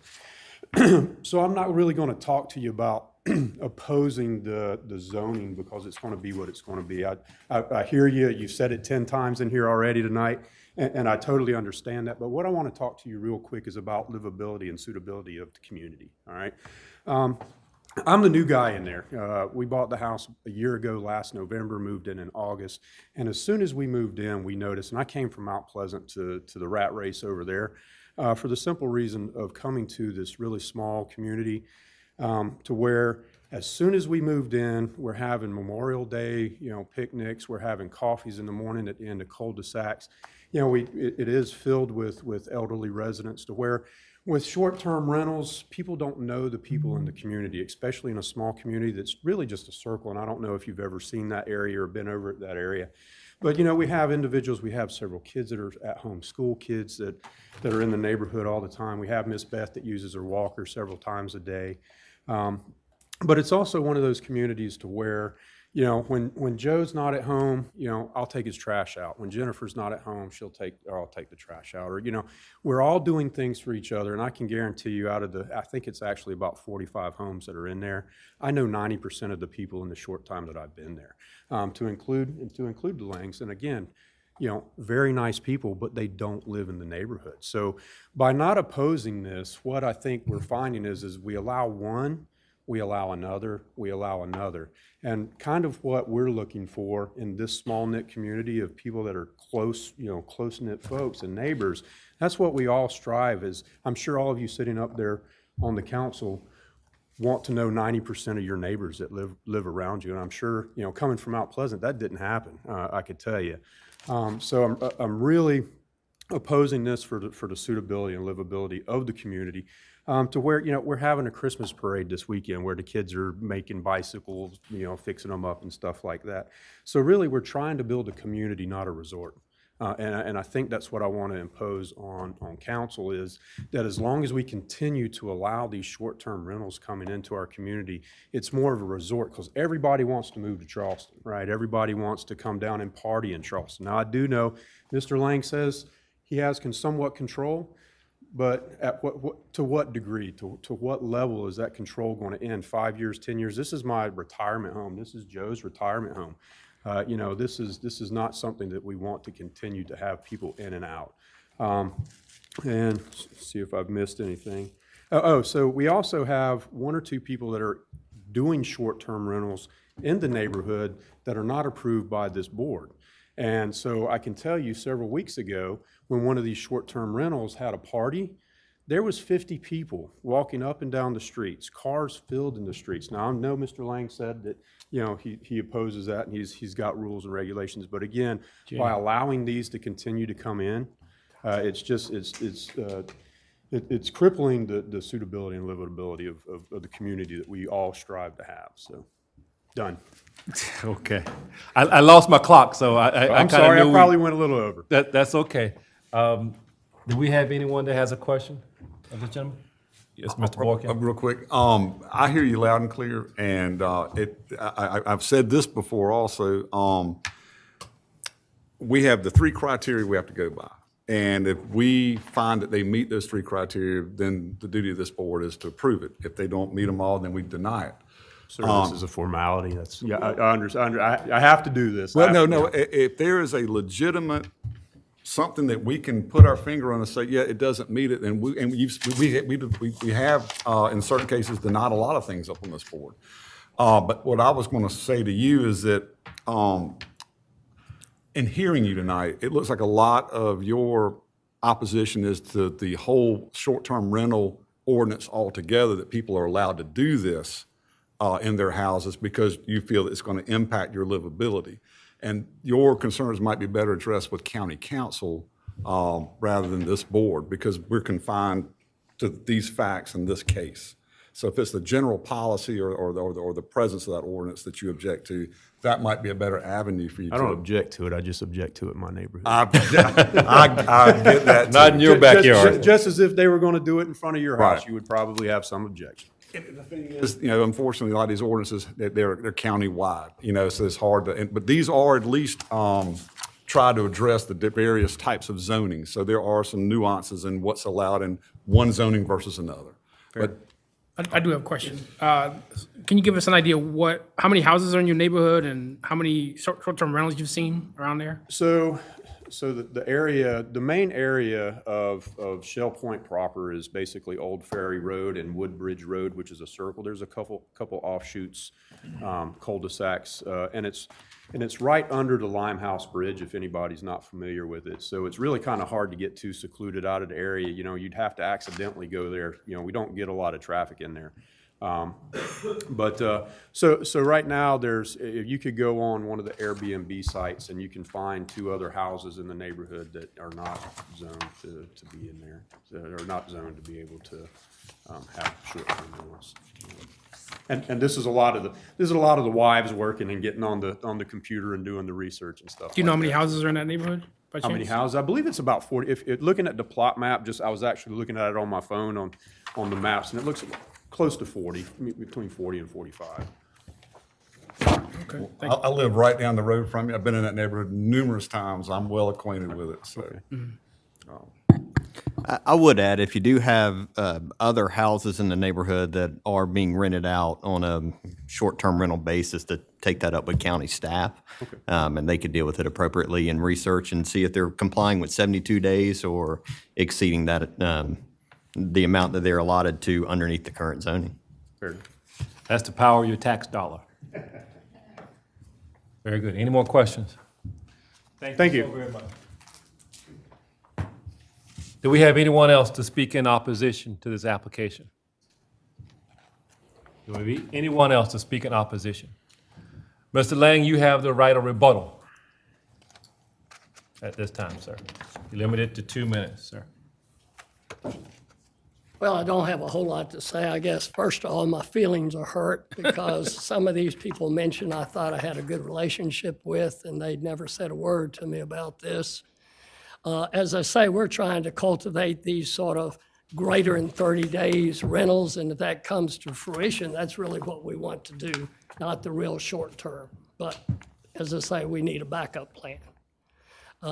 If things got out of hand and we found there were numerous complaints, then we just stopped doing it because we don't want to have the headaches, and we certainly don't want to negatively impact our neighbors there, because I certainly understand their viewpoint.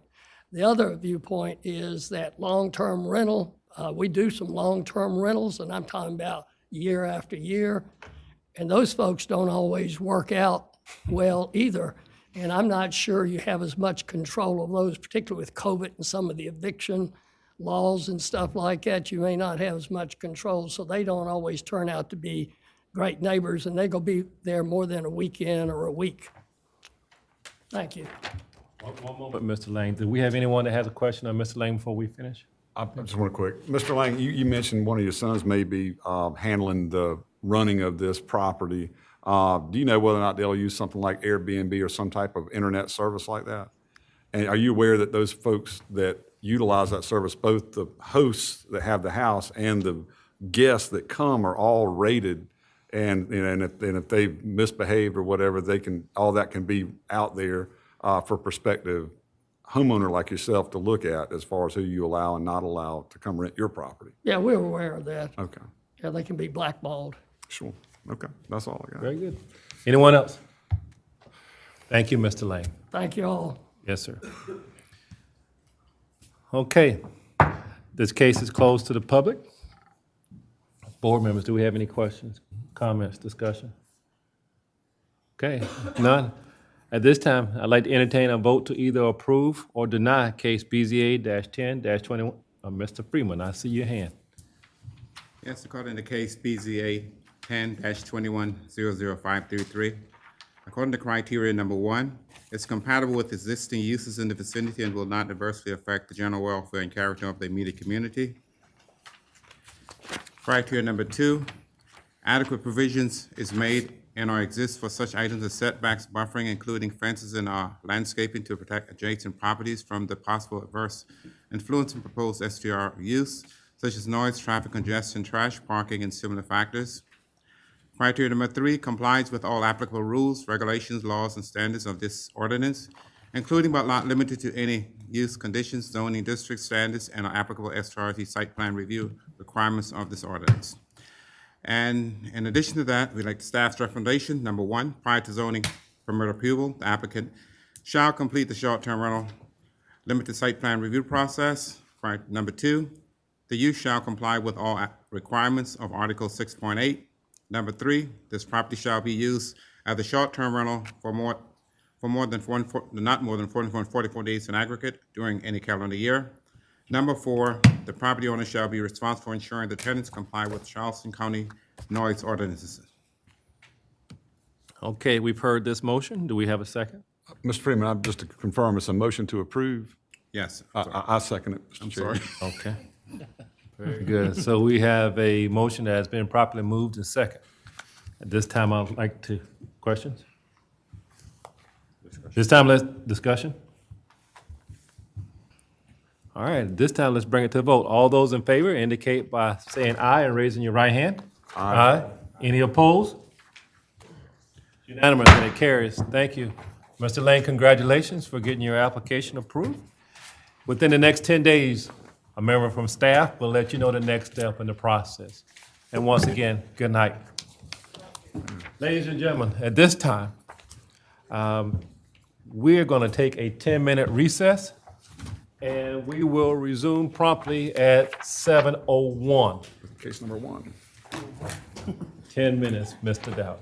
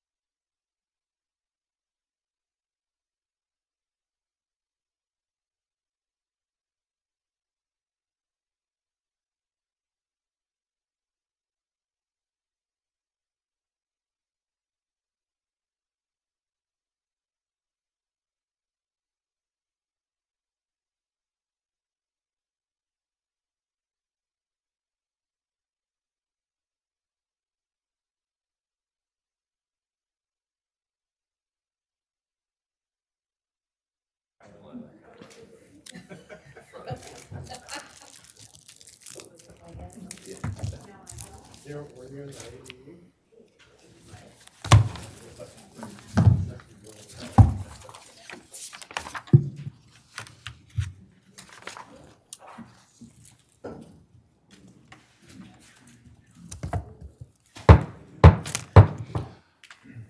right, ladies and gentlemen, we will resume our meeting.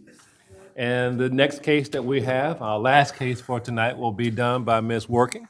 It's case BZA-10-28-00528. Ms. Working? We also have, go ahead, Mr. Chair, I'm Chair. Mr. Marchant. Did you almost call me Mr. Chairman? I That was almost awesome. did. I almost did. Promotion.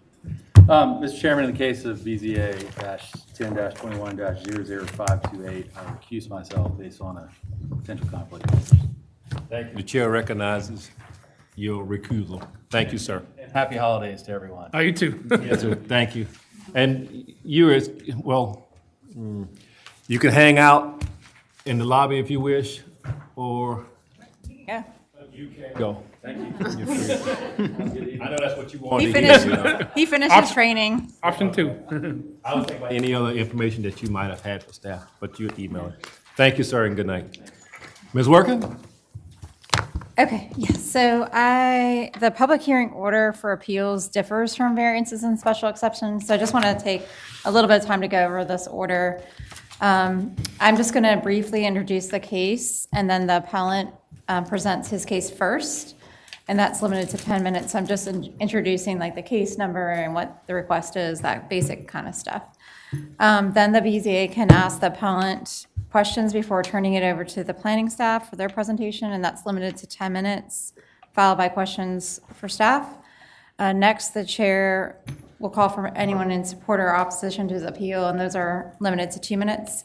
Then the appellant will have the 2 minutes to reply to any opposition.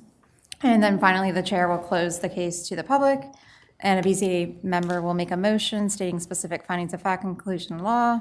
And please note that these time limits may be extended by a majority vote. So this is case BZA 10-21-00528, and it's appeal of an administrative decision. The appellant, the South Carolina Public Service Authority, Santee Cooper, care of Nelson Mullins, is appealing the August 25th, 2021 decision of the zoning and planning director requiring compliance with various provisions of the Charleston County Zoning and Land Development Regulations Ordinance, ZELDAR, for the proposed John Zion Queensboro transmission line project. And the appellant filed this appeal pursuant to the Charleston County ZELDAR Chapter 3 Development Review Procedures, Article 3.13 Appeals of Zoning-Related Administrative Decisions. Section 3.13.8 Approval Criteria finds of fact states, an appeal shall be sustained only if the BZA finds that the administrative official erred. The decision of the BZA shall have specific written findings of fact and conclusions of law. And there are 36 parcels associated with this proposed Johns Island Queensboro transmission line project on Johns Island, and they're located off of Brickyard Road, Bronzewood Road, Dogpatch Lane, Fickling Hill Road, Great Egret Drive, Gumtree Lane, Main Road, Michelle Lane, Murraywood Road, Old Pond Road, Patton Avenue, River Road, and Stephanie Drive and Trinkets Loop. And the tax map numbers are on the screen and also in the packet for the record. The zoning districts that of the 36 parcels are AG8, RR3, and R4, and then the PD-108-A. On November 9th, staff posted 48 public hearing signs on the 36 parcels. Public notice was published in the Post and Courier on November 19th. Also on November 19th, we mailed 573 letters to owners located within 300 feet of the boundaries of the subject parcels, and 143 letters were mailed or emailed to the Johns Island community interested parties. So this is just an aerial photo of the 36 parcels, a map that just shows the parcels, the tax map numbers on the parcels, and then the zoning map. And the zoning map shows in light blue the city of Charleston. Now I'm going to turn it over to the appellant. We do have a tracker on here, but I'll use my cell phone as well because if we're moving back and forth between slides, it's just easier. But Thank you, Ms. Working. you're welcome. You would please come forward. Mr. Chairman, my name is Jack Smith. I'm an attorney with Nelson Mullins, Raleigh, Scarborough. I'm here on behalf of the Public Service Authority of South Carolina, known as Santee Cooper. We have a poster board of some of the plans just to help illustrate what may be a little harder to see on the county's site right there. And we have Mr. Singleton will be able to be part of my presentation from Santee Cooper, and Mr. Conger from Wood will be the consultant available for questions. So with that, this is an unusual case, one that you may not have had to deal with before in terms of what the authority of the Board of Zoning Appeals is, and what the authority of Charleston County is under zoning land development regulations for this type of transmission line project. This is not like a transmission line that goes to a subdivision and has a specific dedicated use. This is from the power generator, our state agency, Santee Cooper, directly to the electric cooperatives who then distribute it to the users. So this is a transmission line, as you'll hear from Mr. Singleton, primarily built to provide that capacity to be redundant, to have the ability to replace without having to stop service the very old lines that it's going to replace in parallel, and to put in service for for communities that he will address. My role is to help you understand what the limits of county authority might be in a situation like this. Obviously, we have federal and state and local government authorities, and they're not equal. The federal authorities, of course, are the supreme authorities. The state authorities are second, and the local authorities are the last. Even in your own regulations, that's acknowledged in the 629-540, which really exempts from Planning Commission review any such project that's related to that 58-31-10, the Public Service Authority enabling legislation. The legislature controls Santee Cooper. It is the one that sets its territory. It is the entity which basically provides it the legal responsibility to provide electric service, to generate it and provide it in a uniform manner anywhere in the state the legislature gives it territory. So because of that, we believe that the zoning land development regulations cannot apply and overcome a state agency that also has the authority for eminent domain. If we cannot acquire easements cooperatively, they have the authority under the state statute to condemn an easement and therefore provide that service. In addition to their enabling legislation, the state constitution, Article 8, Section 14, has language which requires that the legislative enactment itself, under the Constitution, cannot impair the structure and administration of any governmental service or function, responsibility for which rests with the state government or which requires statewide uniformity. And here you have both the state agency and the requirement not only to follow the state requirements and the things that the legislature has put in its enabling legislation, but also federal requirements to make sure that the electricity that is supplied to the electric co-ops meets certain conditions, that these wires, with the amount of power in them, they have to be elevated at certain levels, they have to have distances around them. And so it's kind of like having a highway plan. And as you may or may not know, in 2017, the Court of Appeals in South Carolina upheld this part of the Constitution as preventing the zoning land development regulations from applying to the Department of Transportation. And so we're in a similar situation here where we have a state agency performing its state responsibility to put in this line and to have already issued federal permits from the Corps of Engineers, the state permit from DHEC and the OCRM, and now we have met with staff and explained our position, but staff disagreed. It's a legal issue that's in front of you. We're not talking about whether some issue within the regulations is being handled the right way. We're saying you can't really apply those regulations. So with that, I'll ask Mr. Singleton to speak. And I did fail to give my address if you need it. Yes, go ahead. Please, if you would. 47 Old Central Way, Mount Pleasant. Thank you. Okay. Good afternoon, everyone.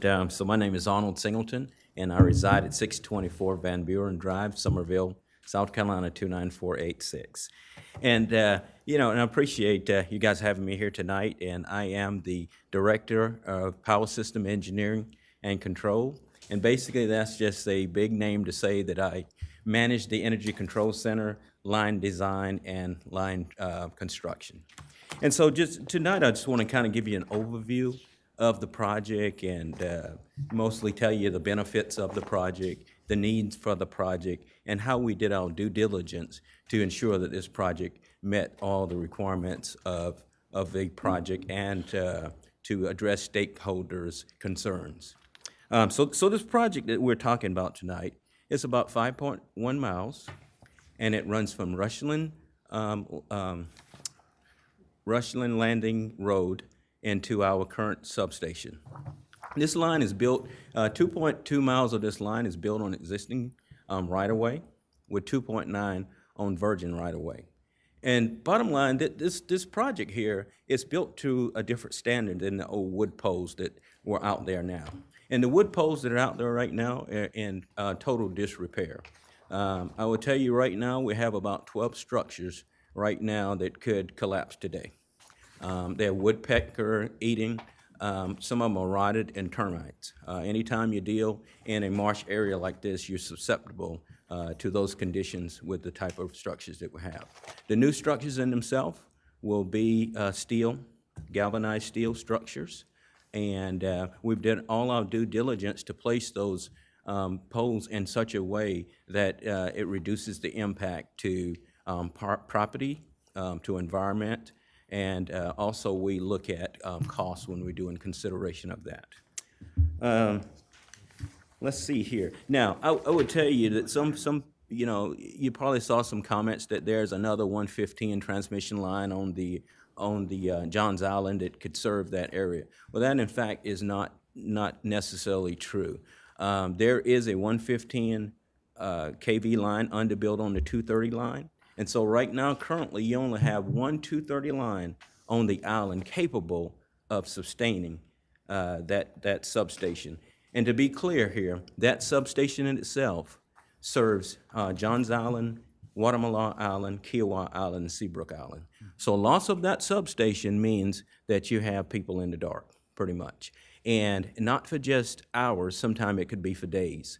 If you think about how we have to do maintenance on that transmission line, it may consider us bringing in some type of special equipment, some floating equipment, or some marsh masters. So it's not an easy maintenance on that line. And I would tell you, back in 2015, we dodged a bullet when you had the tornado to come through Johns Island, and it spared us.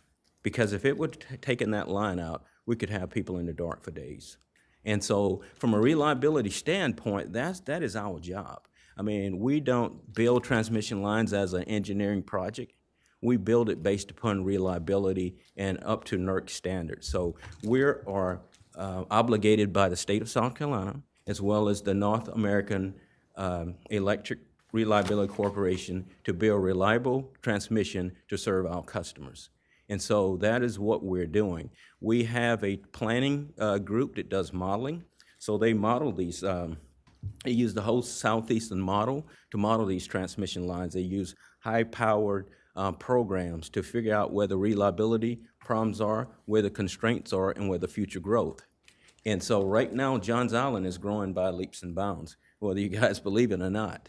And so we see the need to boost the reliability in that area, because loss of that line would lose a lot of customers. And so that is our basis for putting in that second feed into that island. Not only that, this is a tie with Dominion also. So they have similar issues over in James Island. So this line also supports them as well as support us. Just in closing here. Does someone silence your phone? She's trying to. Okay. Go ahead, continue. Okay, sorry about that. You know, and so we have did due diligence on this line. We're meeting with a lot of stakeholders, and so we had meetings with U.S. Army Corps of Engineers, with DHEC, OCRM, Charleston County, the City of Charleston, Coastal Conservation League, Johns Island Community Association, Johns Island Task Force, and if you remember back in 2020 of October last year, they had OCRM had a public hearing where stakeholders had an opportunity to voice their opinion in writing or orally. And so in doing that, you know, we have gone through the whole process that we think that's necessary. And I've been in transmission at least 17 years now, and we follow the same process in which we do these projects over and over again. So it's not an unusual thing. And one of the key point to understand is that Santee Cooper is actually operating in 39 of the 46 counties in South Carolina. And so for consistencies, you know, we try to follow that same footprint. And we're obligated by the state to be in all 46, to be honest with you. And so we try not to deviate from our standards of what we try to do. Like I say, we try to build transmission lines with the least impact to environment, to public interest, as well as cost. And so with that, I mean, I'll just pause right there and see if you guys have any questions for me. Very good. Thank you. Right on time. But I believe that was passed out to you earlier was the legal brief in support of this appeal, along with his affidavit. Mr. Stevens' affidavit should have been attached to it. Okay. We did get that. Did every board member get that? Yeah. Now, at this time, do we have any board members that has a question for this team? I'll start if you want me to. Okay. Good evening, both of y'all. And who wants to answer the questions? Because you can't both stand up there and rally back and forth. If you Okay. need my support, you can call That's me fine. back. We have other staff here to call on if I can't answer. Yes, sir. If it's Yes. technical by nature, I'll Thank you. Mr. Don't Smith, go far then. I'll start with this. As a Johns Island resident and a Berkeley Electric customer, I applaud the new line. I think it's absolutely necessary on that level.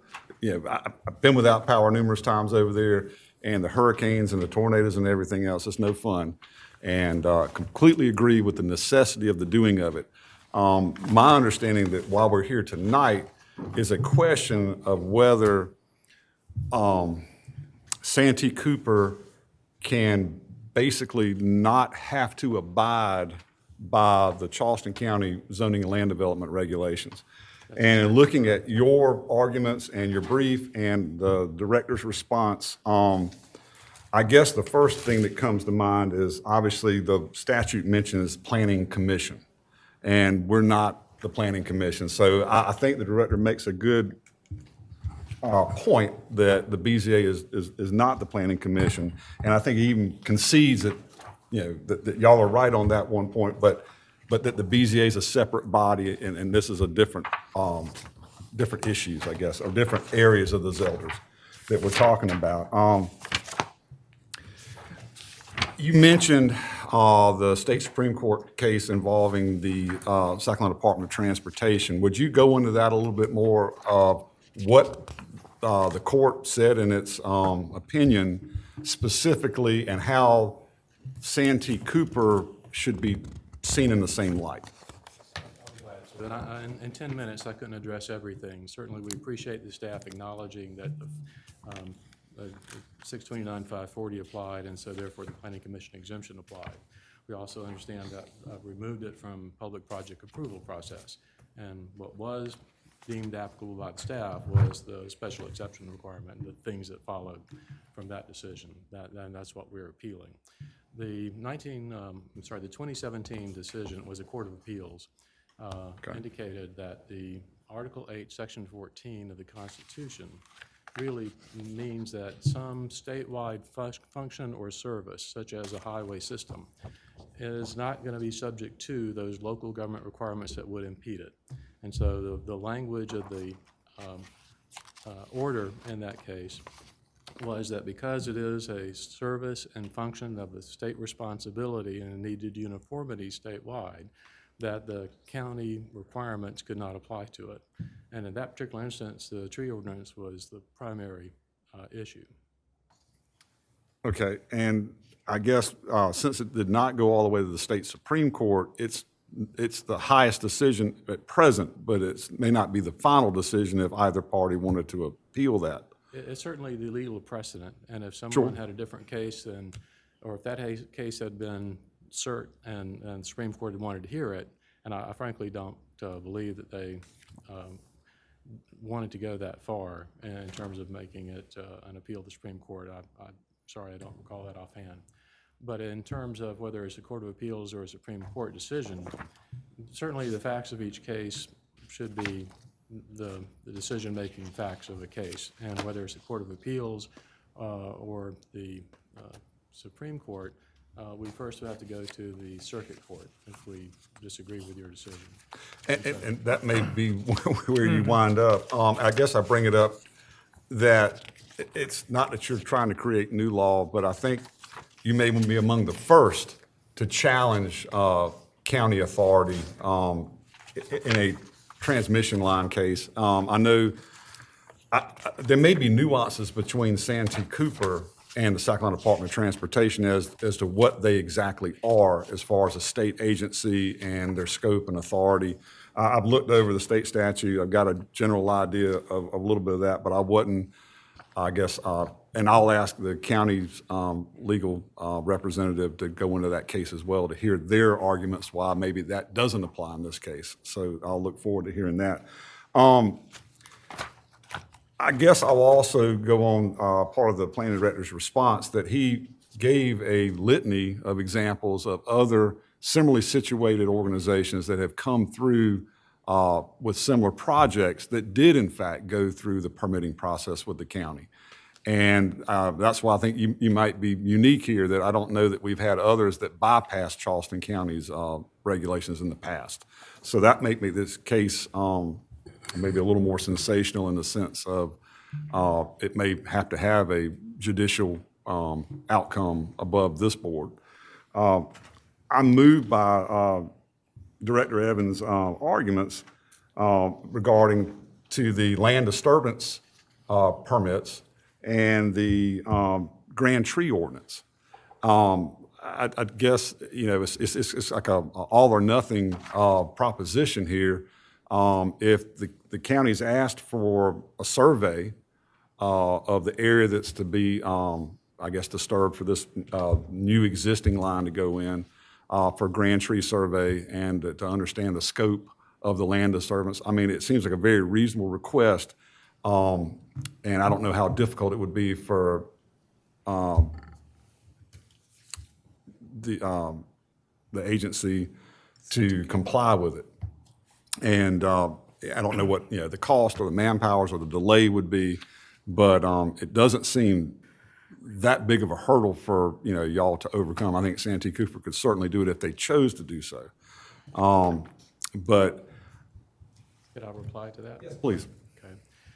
Certainly, we were willing to try to accommodate and provide some information. We don't really want to say, no, you can't look at anything. And we acknowledge that we have the stormwater permit in play. And we, you know, that's a delegated authority from EPA to the state and from the state in the MS4 program to the county. But the DHEC is the ultimate authority there. And so, again, we have that layered, you know, federal, state, and local.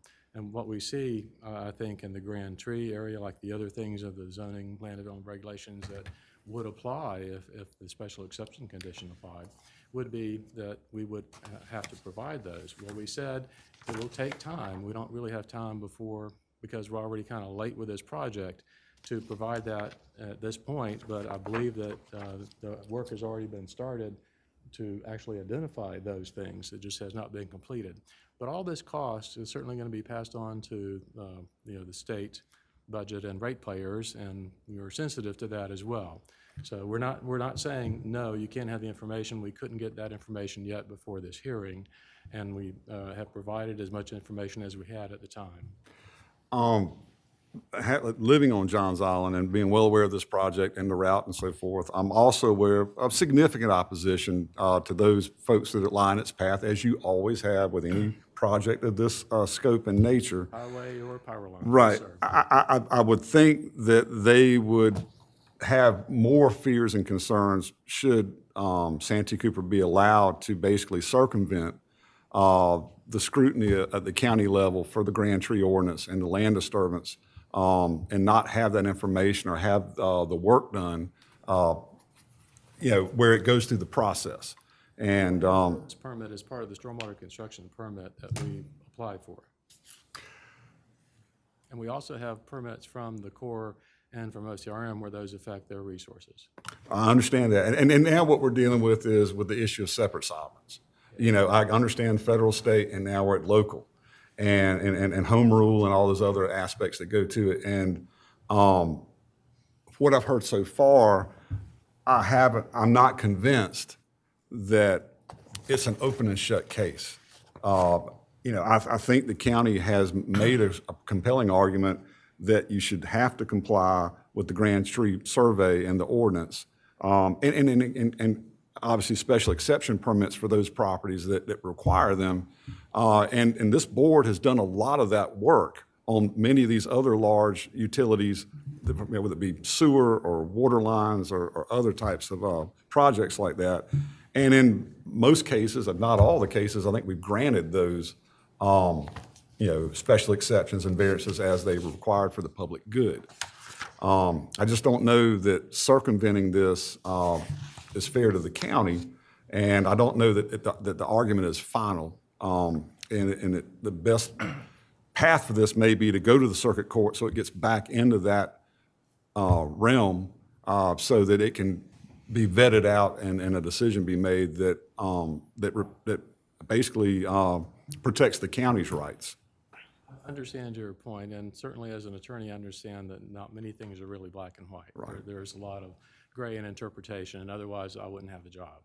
So I appreciate the county's position and your comments. I think our response to Santee Cooper as a state agency subject to the legislation and the Constitution is that you're also subject to that same Constitution, and that in order to work together, we can certainly provide more information and be as transparent as we can be, as we have been for the 4 years of planning this project and dealing with the other permitting processes. But at some point, we have to get this project done, and we're kind of past due for it. And we thought that we need to go ahead and make, just like the Department of Transportation did, if there is a way for us to move forward and still try to do the best we can do, but get it done in the way we have to, we chose to do that. Well, one of my concerns is if this was always going to be the position of Santee Cooper, why so long in the wait to let the county know by way of the letter and the affidavit that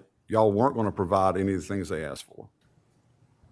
Well, the nature of the process for getting permits from the state and federal government took a while. Okay. The way to approach the county, which we didn't get this information until we started applying for the stormwater permit, and trying to understand what those requirements might be and what kind of delay or process would delay the project. It was determined that at the point that we met with the county, if we were not able to convince them that we had this authority and that we could work with them, and they said, you still have to go through this process, we were stuck with having to appeal it in the time frame for an appeal, or go through that process and then maybe still have to appeal something and not be able to build a project because the conditions may not be something that we could actually do. Well, it just appears to me that at least Santee Cooper viewed Charleston County as obstructive rather than cooperative from the onset. That rather than engaging them and applying for the permits that they asked for, that all been done simultaneously with the federal and state permits, and they wouldn't have been an unnecessary delay. I mean, and you don't know if you could or wouldn't comply with what they asked, and there's a process for it. But I just feel like that the decision was made a long time ago that they didn't need to come here and engage the county any more than they want to. Right. I can assure you it was not a long-term decision. This came up, just before and after meeting with the county when these issues arose. Right. But I feel like now that this is a problem of your own making, and the delay of coming to Charleston County and complying, or at least trying to comply with the requests they made, And now it's like, well, we got to get this line built, which I'm a fan of the line. It's got to happen. I certainly don't want to do anything to delay or hinder it, but that's not the issue before this board. The issue is whether or not we should reverse or uphold Whether you Director have, Evans' you have jurisdiction or not, whether we're right. a state agency that's subject to the constitutional protections that I cited. Okay. Understood. And I can only speak for the time I've been involved, Sure. been involved with it, have been involved in the years process that they have gone through at this point. And Mr. Singleton is here, the consultant is here, that's been there from day one and can certainly respond to that more appropriately if you'd like to. Yeah, appreciate it. So again, Arnold Singleton, 624 Van Buren Drive. So like you said, we follow a pretty rigorous process when we go into getting permitting. And like you said, we start with the Corps of Engineers, then we go to DHEC, then we go to the county levels. And if you remember, we're held up some time with the with DHEC in itself, going through that hearing and that process, which delayed us probably 6 months. In that time frame. And so we waited till we got final approval from them till we engaged the county. And so it was just hasn't been a long time in this whole process. And of course, we're willing to, work with the county outside of the permitting process to get this, to provide them with the information that they need to satisfy them. So we're willing to engage them out there. But like I shared earlier, we operate in 39 of the counties.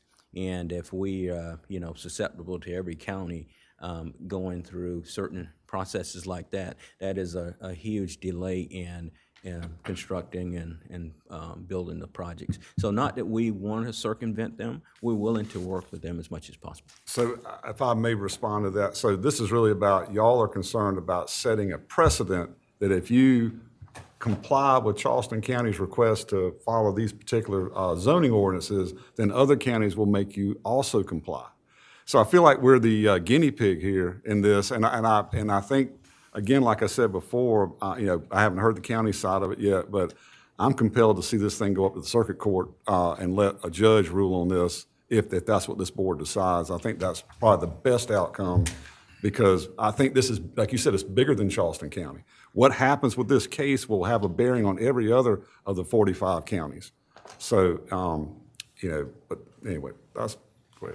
I did have a question as well. Can you give us an idea of the timeline that this project has taken, since you've been involved from the beginning? Somewhat, I'll try as much as I can. So, like I said, we go through a rigorous modeling process to plan projects. We meet with Dominion Energy South Carolina as well as Duke, who are part of our South Carolina regional transmission planning processes. We have a CERC planning process, and over that, everybody look across the whole region. So we have to look at what projects they have going on, what type of generation they're adding to their system, because all that have an impact on us, and we have flow-throughs and, everything else. And so all that determines, how this project go forward. So when those projects come out of our planning group, it comes to my group to plan, design those projects as well as fund those projects and get them built. When did you start? So that started back in about 2016, 15 or 16, when we started planning this project. And then we put it in our 3-year look ahead. Actually, we started in our 10-year planning and then move that project around as we see fit and get it funded. And then you get into the process of design. So it's probably about 6 months to design this project. And, and then you go out for bids, you get your bids on the projects. And then we start the permitting process. And so the permitting process started in like 2000 and, Brad, you gotta help me on that, 18, 19? 2016, the permitting process. Oh, the permitting processes, I'm sorry. Well, this is our consultant down here who could probably help you through that whole timeline of this permitting process, because he'd go out and get all our environmental permits for us. Could you have sent some of those designs to the county earlier on? Could those designs have been sent to the county earlier on? Like I said, because you got permitting process in 2016. Yeah, I mean, that's just not the process that we go through, but surely I'm sure that could be a case. Yeah. And one, I'll do this right here because I'm out of my league right now, more of a technical line part, and I have a consultant here. Alan, you want to come and address some of that? for us, if you guys don't mind? Appreciate it.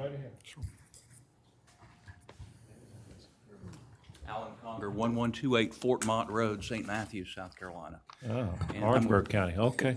Calhoun. Calhoun County, right next door, I yeah. appreciate the opportunity to be here. I was resident on Johns Island for 8 years on Sunny Boy Lane. I love Johns Island and really thrilled to be a part of this project. I'm an environmental scientist, and I was contracted through a competitive bid process with Santee Cooper to help them with this particular process. So when we were awarded the contract in 2016, there was a number of stakeholder issues that were identified very important to it. That included contacting the Charleston County Administrator, and we did have a meeting here and met with the administrator and talked about our proposed plans.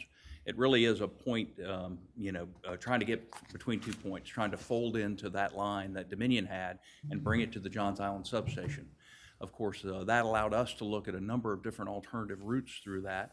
We identified that with the county administrator and told him what process that we'd like to go through, and the standard Santee Cooper process that they look at.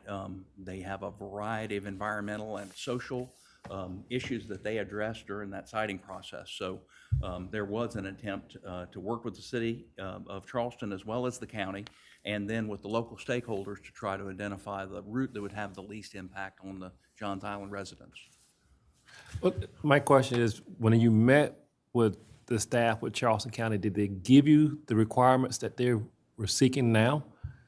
So that I did not attend that meeting personally, but I did look at the minutes, and the report that came back was that they were very supportive of the process and would look forward to participating in that as the work came on. As Mr. Smith's identified, we do have a comprehensive land disturbance application in front of the county right now.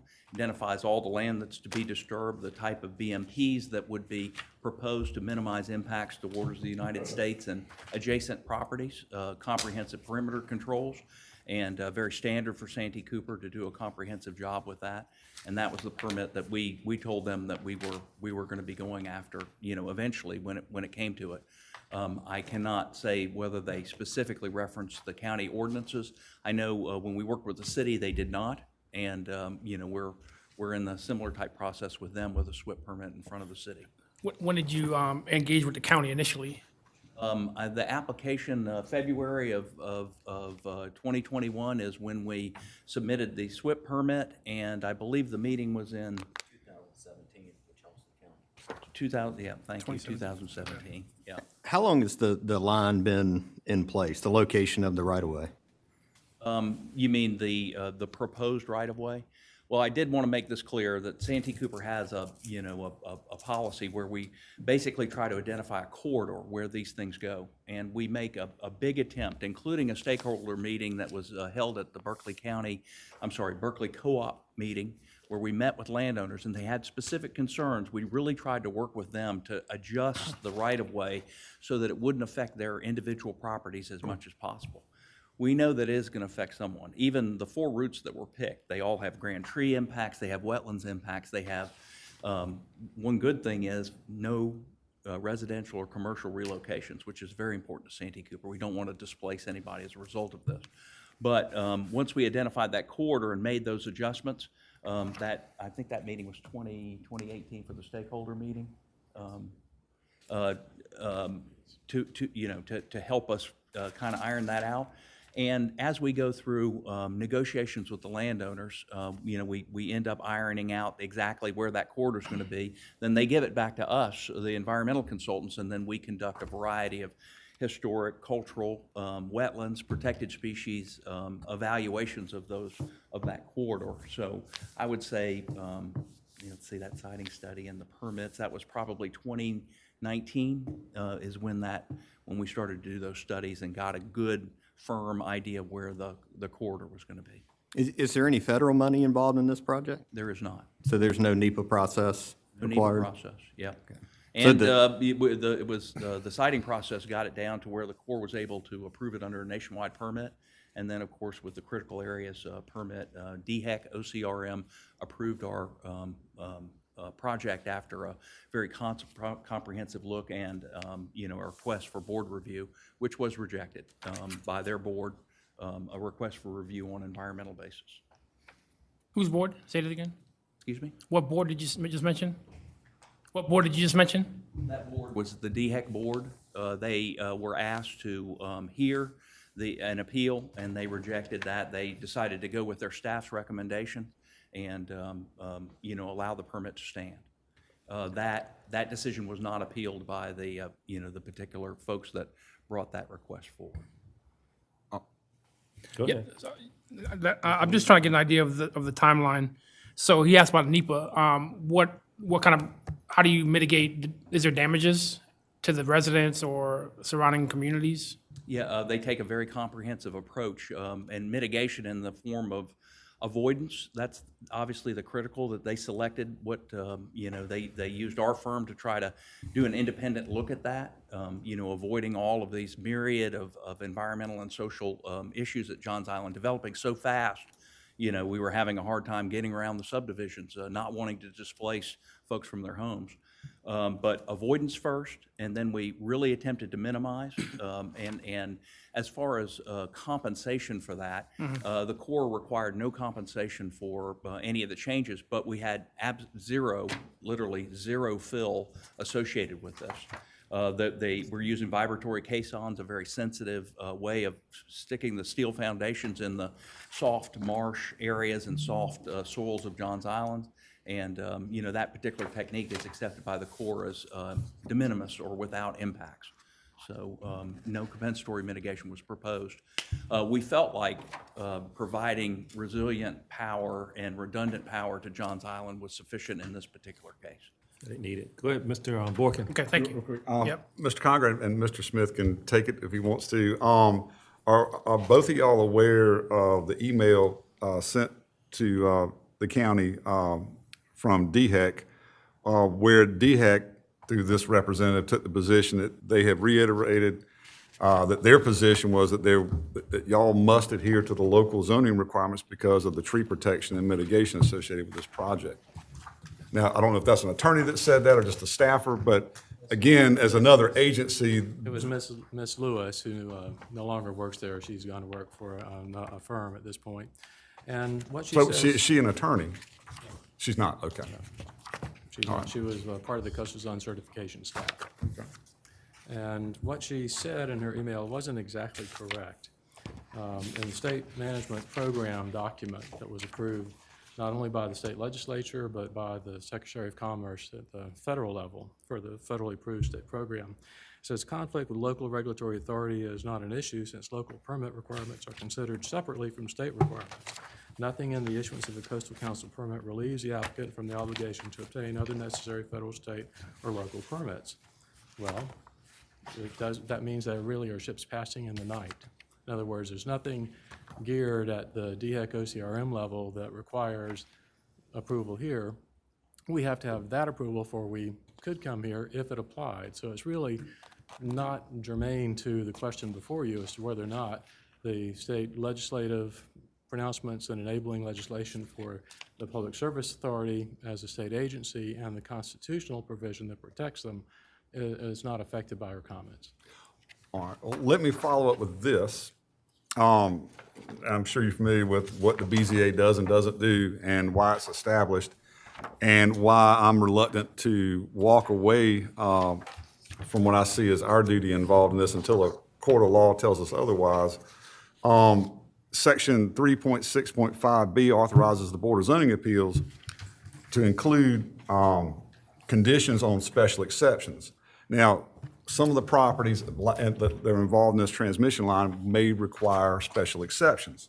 And that's the reason I'm bringing this up, that we're also empowered to put conditions on those special exceptions that are advisable to protect established property values in the surrounding area and or to promote public health, safety, and general welfare.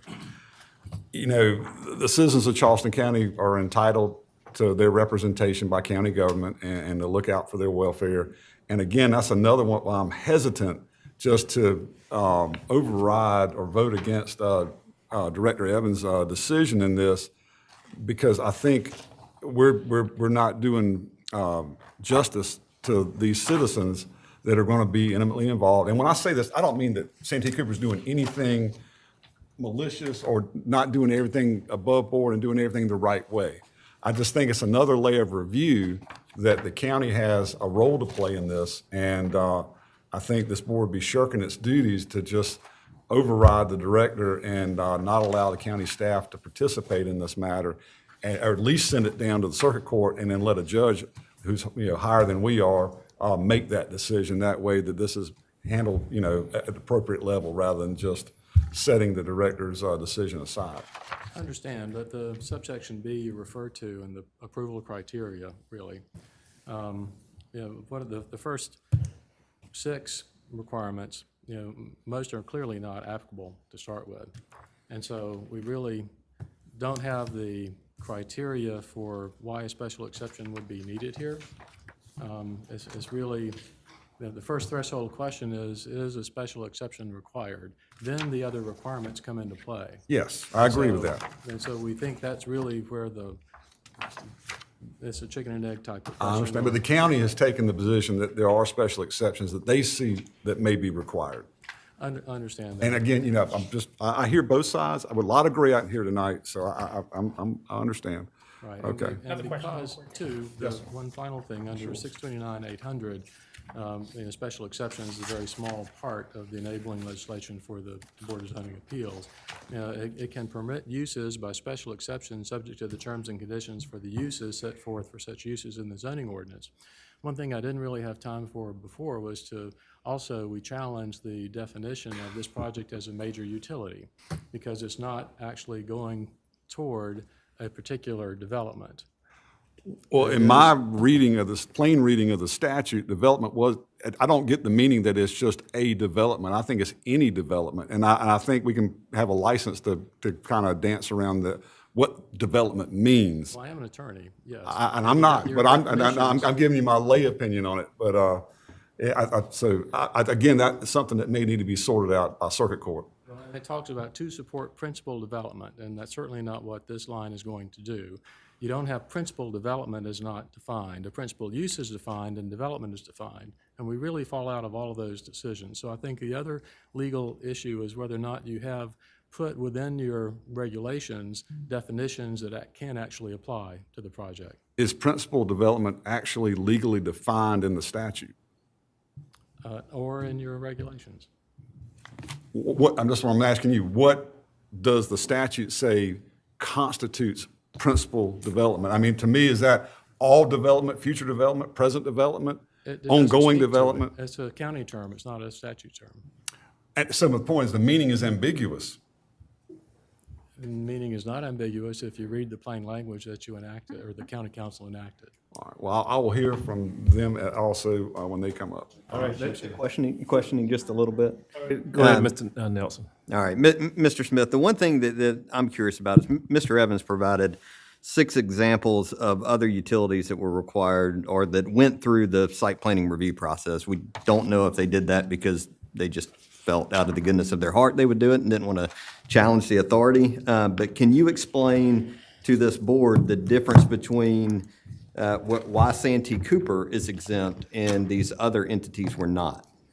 Because it's a creature of the legislature, it's not a private enterprise, it's a state agency, and it's subject to that constitutional provision of Section 8, Section 14, Article 8, Section 14. Right, so because Dominion Energy and the East Edisto Gas Line and Charleston Water Systems were not created by the state legislature, that would be the defining difference between Santee Cooper's project and the project cited by. They don't have statewide authority and the need for uniformity across the state itself. Okay. Mr. Williams? Well, I did have questions similar to, I was looking at, what about are any of these entities larger than Santee Cooper or around the same size as Santee Cooper? Or? The private company, I would imagine Dominion is quite larger since it's multi-state, not just in this state, but it's not a state entity. I think the other organizations that were mentioned as examples are certainly much smaller. Do you all have a board? Santee Cooper have your own board? Yes, sir, by the legislature. If you look in the enabling legislation in that 5830 110 at SEC. It will show you what those board requirements are, its powers and duties with eminent domain and the other responsibilities it has under that statute for providing these services and some others that are not at issue here, to the state. I guess my only other question would be, wouldn't you want to go through some of these processes so that the residents are protected? Like grand trees are protected, or the residents' homes maybe, or wouldn't it make sense to go through? It's possible to comply with all the zoning land development regulations using the most environmentally sensitive criteria that we can to achieve permission from the federal and the state government.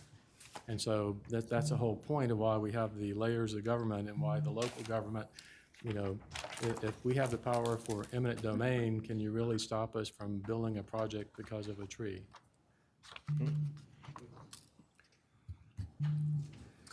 Okay.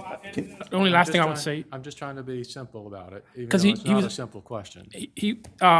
Mr. Boykin was mentioning a lawyer or the next court. It would be up to you all to go to the next court. I don't, so we just look at this case and we, determine from what we determine. It's up to them what they're going to do. Wait a minute. Go ahead, Mr. Nelson. Well, I have one other question, just related to the federal and state authorizations that have been received to date. So when we talk about our Corps of Engineers wetland permit, we're limited to the areas that are jurisdictional to the Corps. So we're talking wetlands. The OCRM, we're talking salt marsh. But we also have the Coastal Zone Consistency Certification that has been received. So far, that Coastal Zone Consistency Certification that you have, is that just limited to those jurisdictional areas, or do you have a certification that expands across the entire project? The only way one would come for the entire project is through the land disturbance permit, which DEC issues. Okay. And And it's that's- issued as part of that process. And that's the process that you're currently going through? Correct. Correct. Okay. We've had this man up here for quite some time. Okay. I appreciate your time and attention to this and look forward to the opportunity to respond to any other questions. And certainly appreciate, too, the public interest that is here and hope that we can help provide enough information for everyone's interest tonight. Thank you. Thank you. At this time, we have any questions? And then we'll have the county side come forward. Asking questions? Are you asking questions of the appellant? Yes.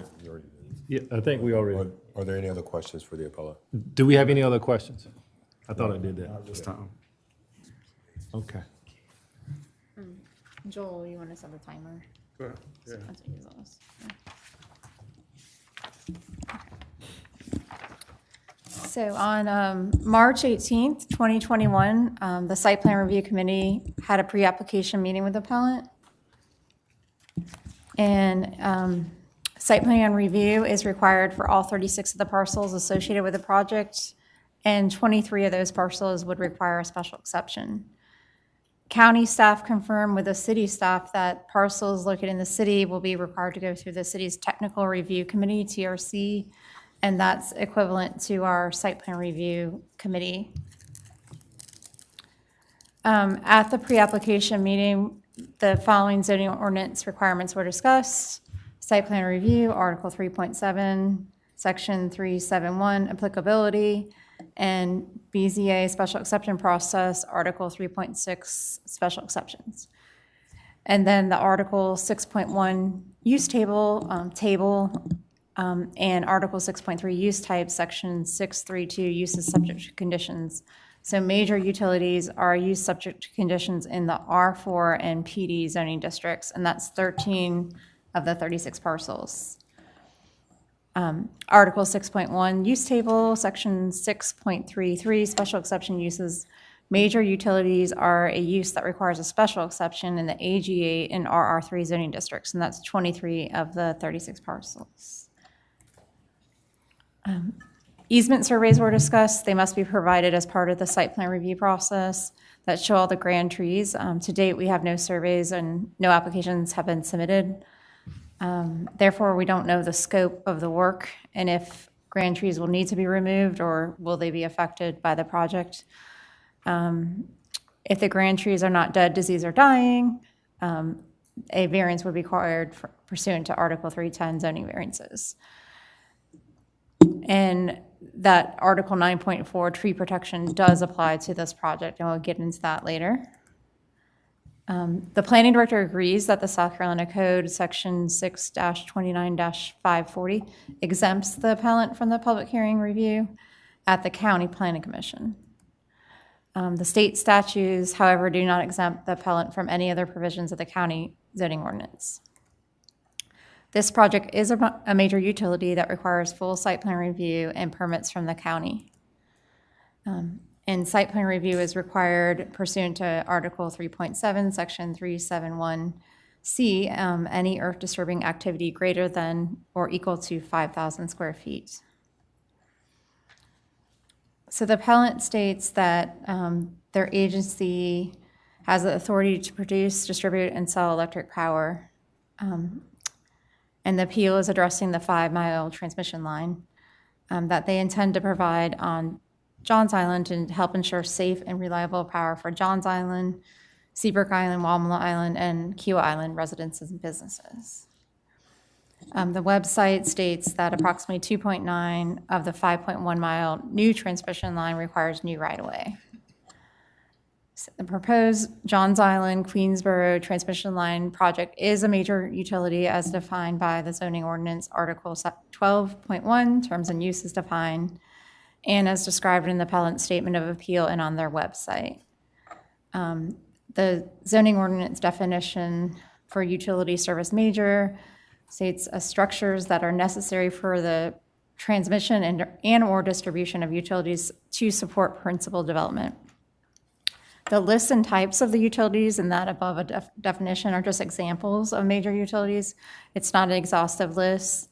And approval of special exception applications from the BZA for utility service major is required again for the AG8 and RR3 parcels. A utility is defined as a provider of electricity or other similar service for principal development, and the provider of the service is publicly regulated. And then this is that same definition I just went over. The proposed tangent and dead-end poles are structures that are necessary for the transmission or distribution of utilities to support principal development for the residents and businesses on islands of Johns, Walmala, Kiowa, and Seabrook. Grand tree applications may be required pursuant to Zeldar Article 9.4, tree protection and preservation, and Article 310 zoning variances. So this section does have some exemptions, and those exemptions apply for existing utility lines and existing easements. However, when they're siting and constructing of future electrical lines or other easements, they are not exempt from the provisions of this article. And they propose to construct future electrical lines and easements. Therefore, the project is not exempt. So SC, DHEC, OCRM, and the U.S. Army Corps of Engineer approvals does not exempt the project from the county zoning process. The project must still adhere to local zoning requirements. And again, like we mentioned earlier, the parcels that are in the city will be required to complete the city's TRC review and approval, and that's similar to our site plan review process at the county.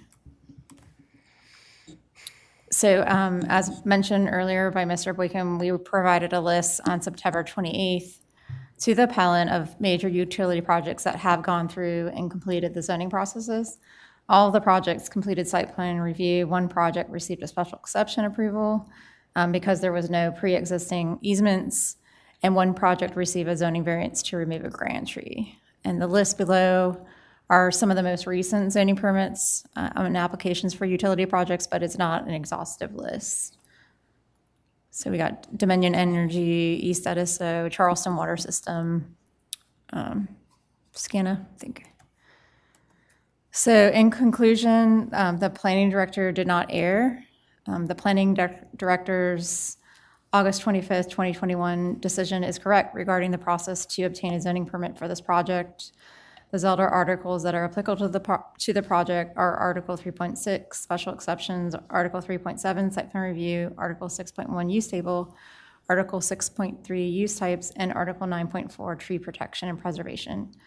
Article 310, zoning variances may apply if the project requires removal or encroachment of grand trees that are not dead, diseased, or dying. The planning director agrees that South Carolina Code Section 6-29540 exempts the appellant from the public hearing review at the County Planning Commission. State statutes do not exempt the appellant from any other provisions of Zeldar. This project is a major utility that requires full site plan review and permits from the county, and site plan is required for all the properties. Approval of the special exception applications for 23 of the properties in the AG8 and RR3, and grand tree variance applications may be required. SCEOD, SCDHEC, OCRM, and the U.S. Army Corps of Engineer approvals does not exempt this project from local review. The BZA should uphold the planning director's decision that a site plan review application is required for all 36 properties associated with the project, and that special exception applications are required for the 23 properties that are located in the AG8 and RR3 districts. The need for zoning variances will be determined after a complete site plan review application is submitted and reviewed. So, you have any questions for Joel? Okay, board, this is the time you get a chance to ask Mr. Evans questions about this project. So, Mr. Borkin, you I'll be happy to start. jump that. I guess the first one, I'm trying to read the word I'm getting ready to ask in context, but principal development, is that describing everything that follows that in that list, or does it mean something else? The way it's written here where it says, distribution of utilities support principal development, comma, such as generation facilities, electrical and telephone, blah, blah, blah. I mean, is it only? The things in the list? Yes. No. Okay, that's the answer I was looking for, okay. Turn your mic, Mr. Evans. Oh, it's on. Oh, sorry. There you go. Yeah, no, that's why it says such as, and then it goes on. And it says in the first part of the sentence that it's for structures that are necessary for transmission. I counted how many times the appellant said transmission, and when he got up and spoke, and over 20 times, I stopped counting.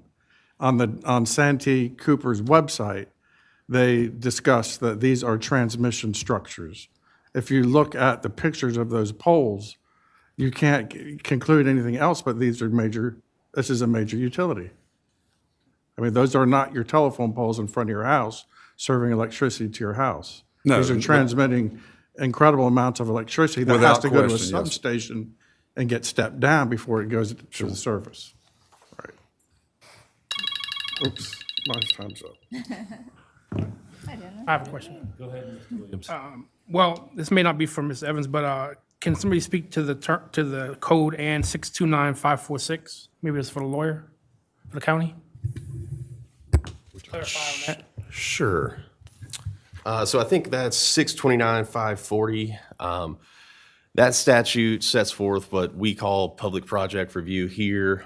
And at the end of that statute, it kind of sets up this whole structure for public project review. At the end of that section, it says utility providers that meet certain qualifications, which Santee Cooper does in this instance, that those utility providers are exempt from this public project review, that they are exempt from going to the Planning Commission to present their plans for a public project.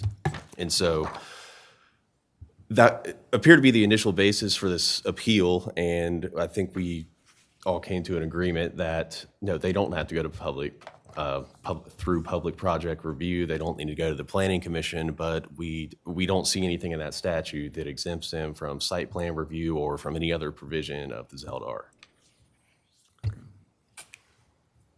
Then where does the aspect of Zeldar come in the law? Is it any more clarification on that law as it connects to Zeldar? I don't think Zeldar speaks to that statute. I think the next argument, the constitutional argument, the state constitutional argument that he makes, that that got addressed in the DOT case that they brought up earlier. That was a 2017 case. DOT was doing some road maintenance on Maybank Highway, cut down some grand trees. Zoning staff issued citations to DOT. DOT said, you can't enforce these citations against us.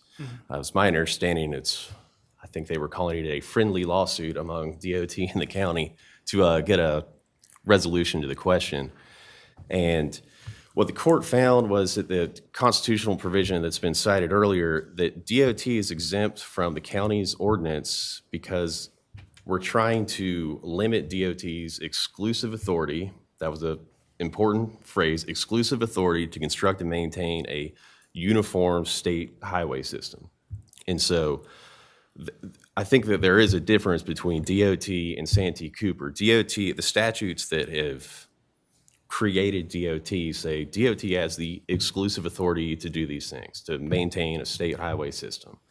I mean, how many other entities are out there that are in charge of maintaining and, designing the state highway system? It's just DOT.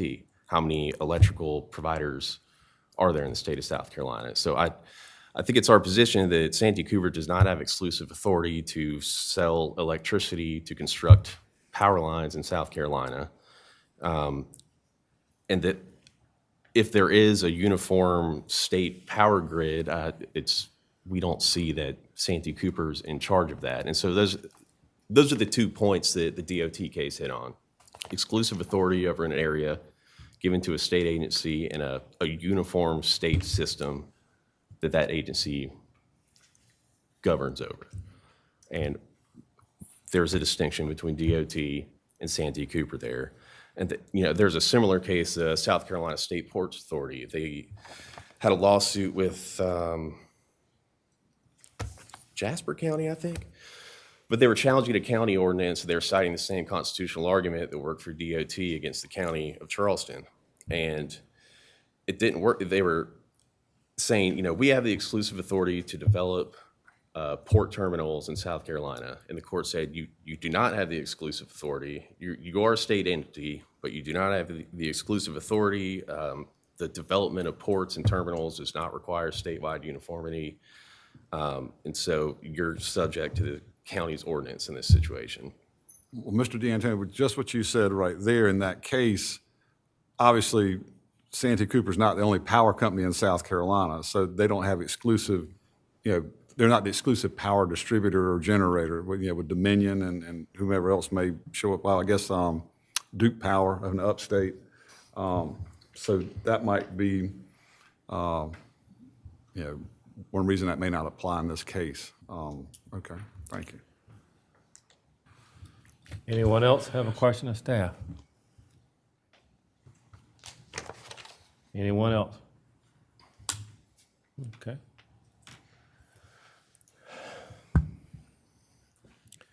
That's a mouthful that we've heard today, folks. Mouthful. So, at this time, we'll give the audience a chance to, we've already sweared in everybody that's here. I don't think we had anybody else come in.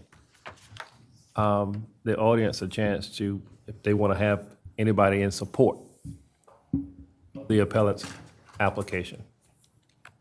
Do we have anyone in support that would like to speak tonight? Do we have anyone in support? Do we have anyone in opposition? Okay. If you would please at this time, I think I saw your hand first, sir, in the back, and then we can work forward.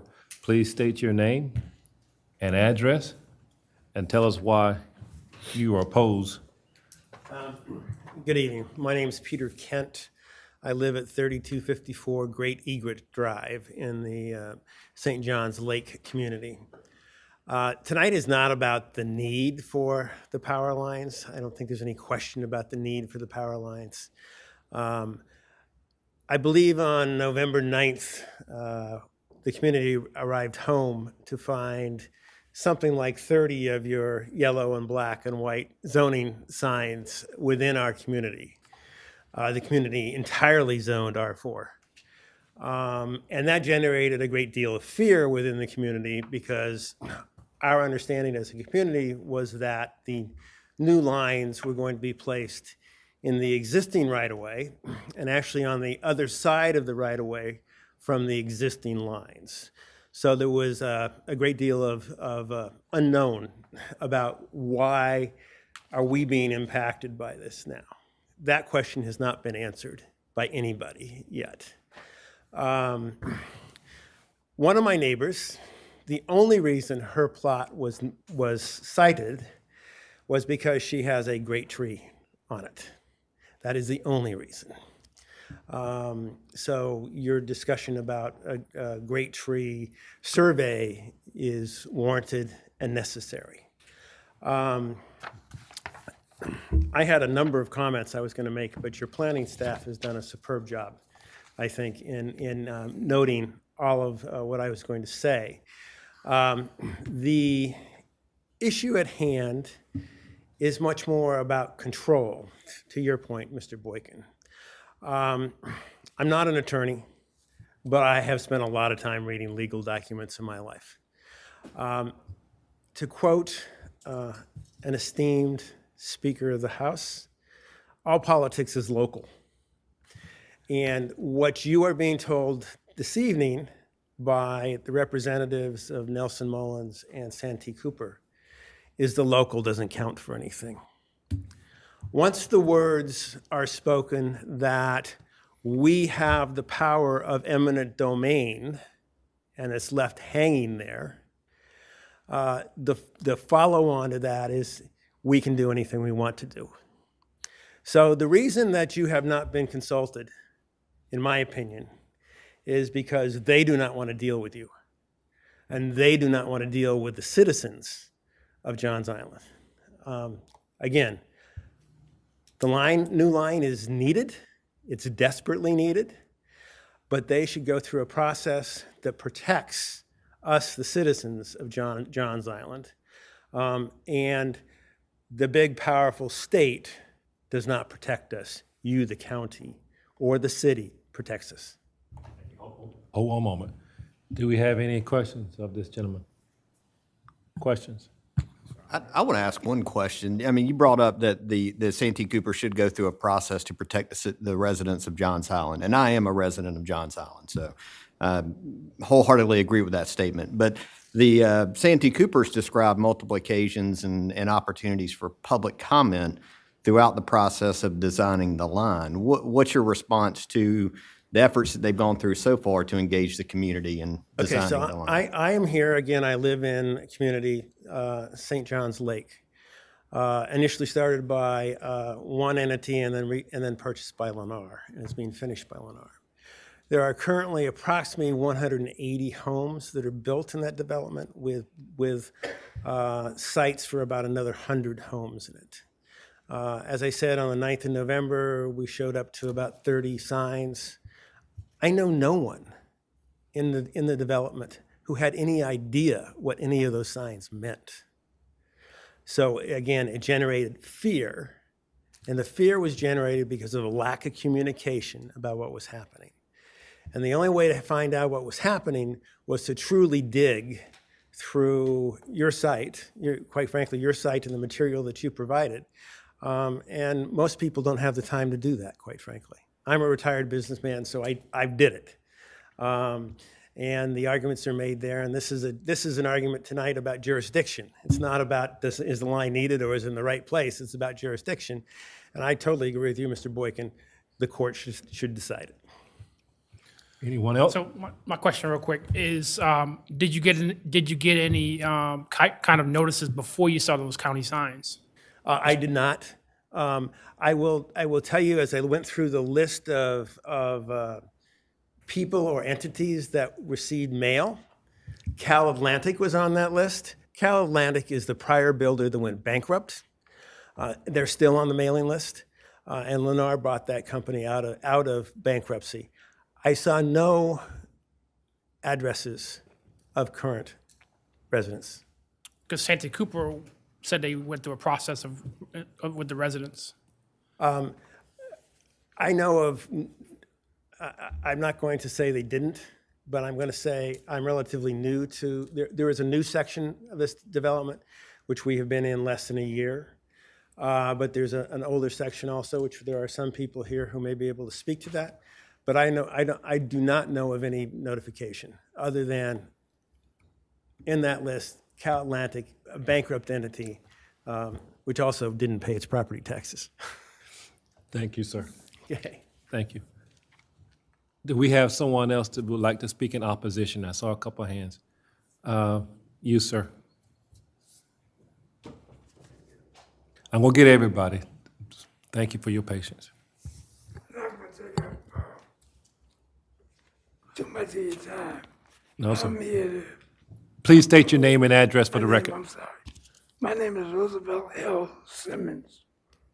I have a big problem with this property line that they got on this letter that they sent me. They shouldn't have sent this letter to me. They should have sent it to Kentucky, where these people own this lot illegally. Since 2004, County Council know me. Since 2004, I've been fighting for all of these partial 54 acres of family land since 1900. Now here come Santee Cooper. I born and raised on Johns Island, 82 years old. Santee Cooper already got a line across Johns Island. Why can't they run it down River Road? They got a power line easement from Limehouse, from Main Road, right on down to right on back line, Limehouse them, going down to Keywall. They don't have no business ruining these people's land. You cannot build on the power line. That's why I'm opposing. But council member, one more second. This letter that you all sent me Address everything this way, sir. should have been sent to Kentucky. People who own that land, here's the deed. All this land from 2000. Sir, please speak into the microphone. 2008, I'm sorry. 2008, this land was in my family name since 1900. I didn't have due process since 2003, since the court. 5 lawyers. Nobody knows that the people sold this land. Never owned it. The deed, everybody knows the deed and everything. In the name of Sam, B-A-L-A-A-M, estate. Go back to 1900. Here comes somebody in Texas. Go to a magistrate judge to arbitrate the case. Now everybody is running. I have been asking for years for investigation. Nobody can see the fraud. Charleston County is a taxpayer. I was paying taxes on land, 104 acres of land on Johns Island. Out of 11 partial, now I got 3. Charleston County trying to take them 3. But anyway, county member, all y'all know. Sir, please speak into the So I microphone. need to investigate these partial numbers. Oh, okay. No, At no, this time- no, sir. That's not appropriate. You may want to speak to an attorney of your choosing, sir. Well, I'll speak to them. I'll have somebody to email Charleston County. But that's why I'm here. Nobody asks about an easement. So 310, that's not a partial number. Partial number for that land is 311-000 024 in the name of Roosevelt L. Simmons. What's your address, sir? For the record. 8416 Kidford Road. Thank you, sir. 29455 Johns Island, South Carolina. And you are in opposition. You are. I'm opposing this Okay. line coming across this property. Yes, sir. Thank you. Thank you, sir. Do we have anyone else to speak in opposition? I saw, yes, sir, in the blue. I'm gonna get to you too, young lady. I'll get to you. Thank you for your patience. Buddy Wallace, 3343 Great Egret. And just to clarify, I've been there for over 3.5 years, and I too have not received, other than the signs that we saw that was so noted. And that's my point, is a lack of communication that we had received from Santee Cooper, which was absolutely none. And so I support what has already been said. I support what you said, Mr. Boykin, and all your comments regarding this matter. Thank you. Well, one moment, sir. Yes. Thank you for holding tight. Do we have anyone that has a question for this gentleman? Okay, thank you, sir, for your comment. Now, young lady, it is your turn.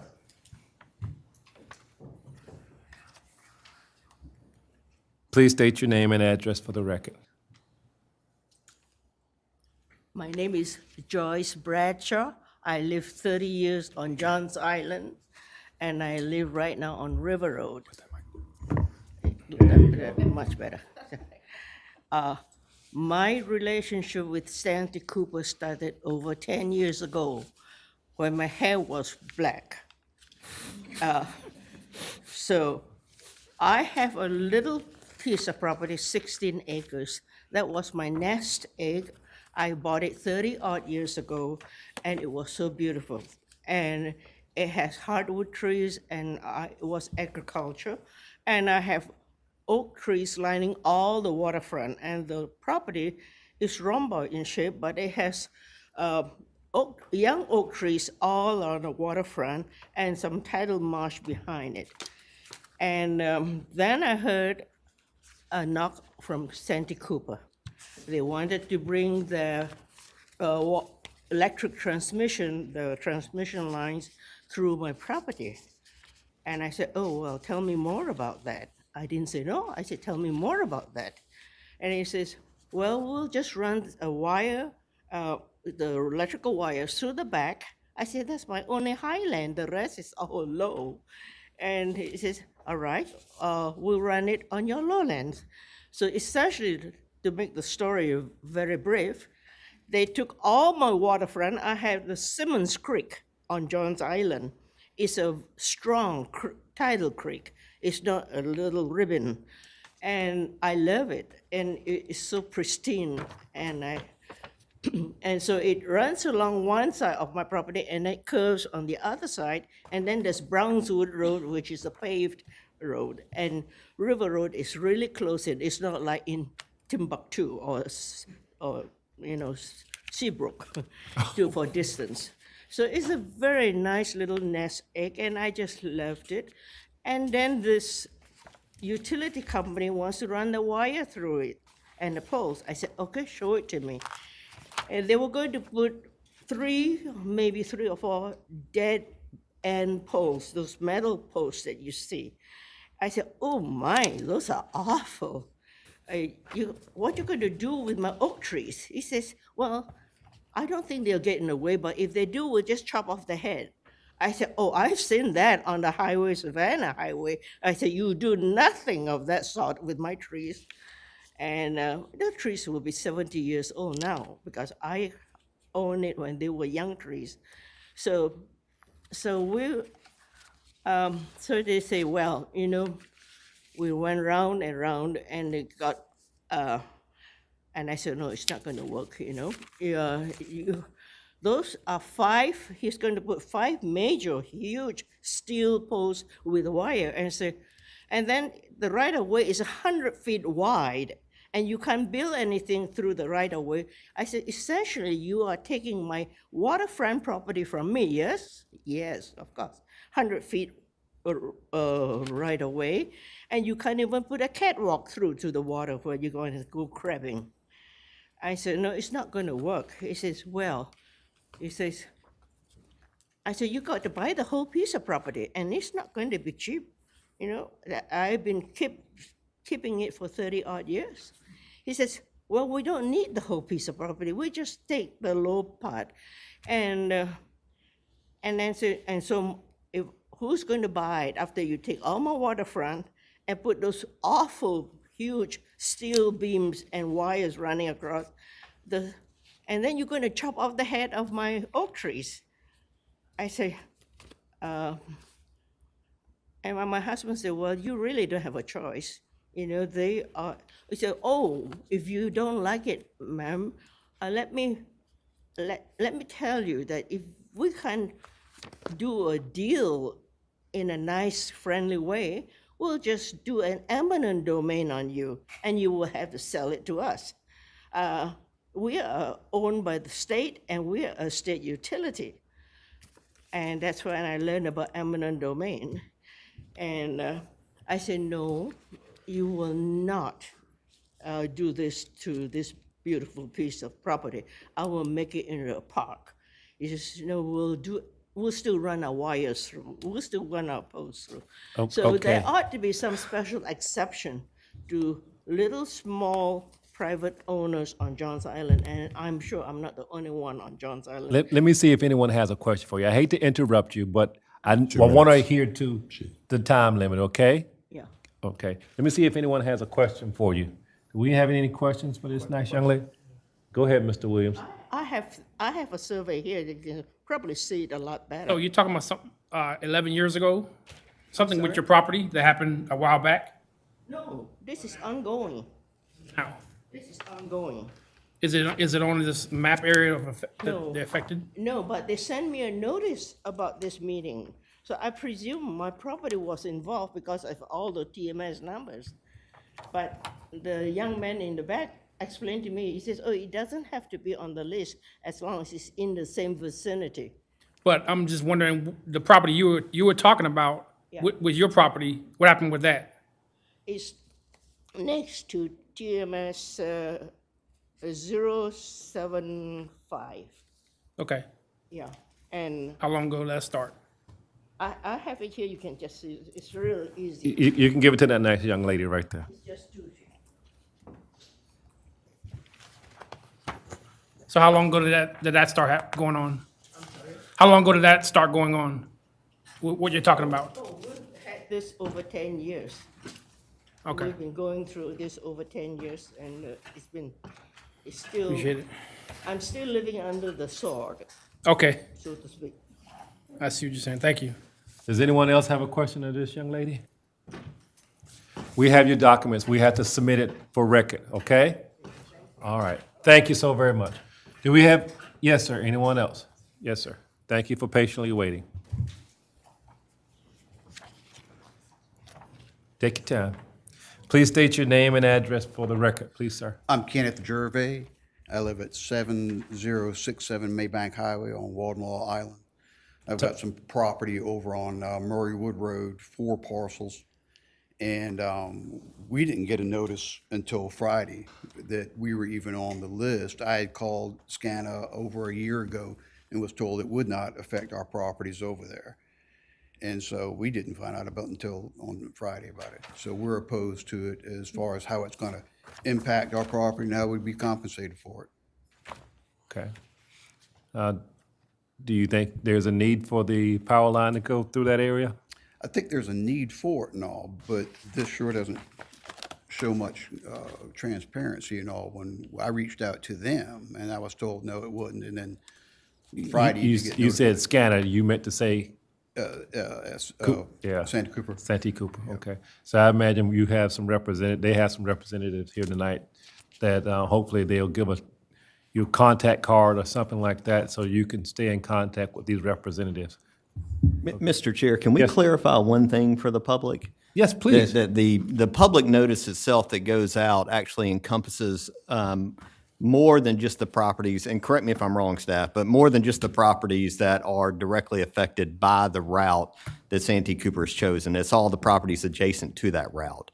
So you received a lot of the individuals in here probably received notice because the The line is somewhere in the proximity of the property that they own, they're not necessarily being directly affected by the line. Is that correct? So my tax map. Okay. So I mean, I'm not just adjacent, I mean, I'm not nearby, I'm on their list. So we notified all the property owners and a 300-foot radius around each of those properties that's affected. And all of those are listed on that notice, right? On the notice Yes. is, yes. So all 36 were listed on the notice. Okay. So if he's one of the 36, I think that's what he's saying. He's one of the 36. He's one of the Okay. subject properties. Okay, right. gotcha. Sorry, my misunderstanding. But you are correct. Yeah. I let him sit down because he's got a cane, so I hope y'all have any questions for him? Okay. Do we have anyone else to speak in opposition? I thought I saw a couple more hands. Yes, ma'am, in the green? Oh, either one of y'all, rock, paper, scissors, whichever one want to come first.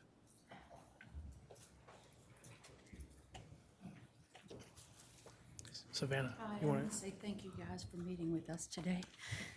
I'm hoping that I can say Pick the this mic without- up so we can hear you. I'm hoping that we can say this without crying. Your name and address?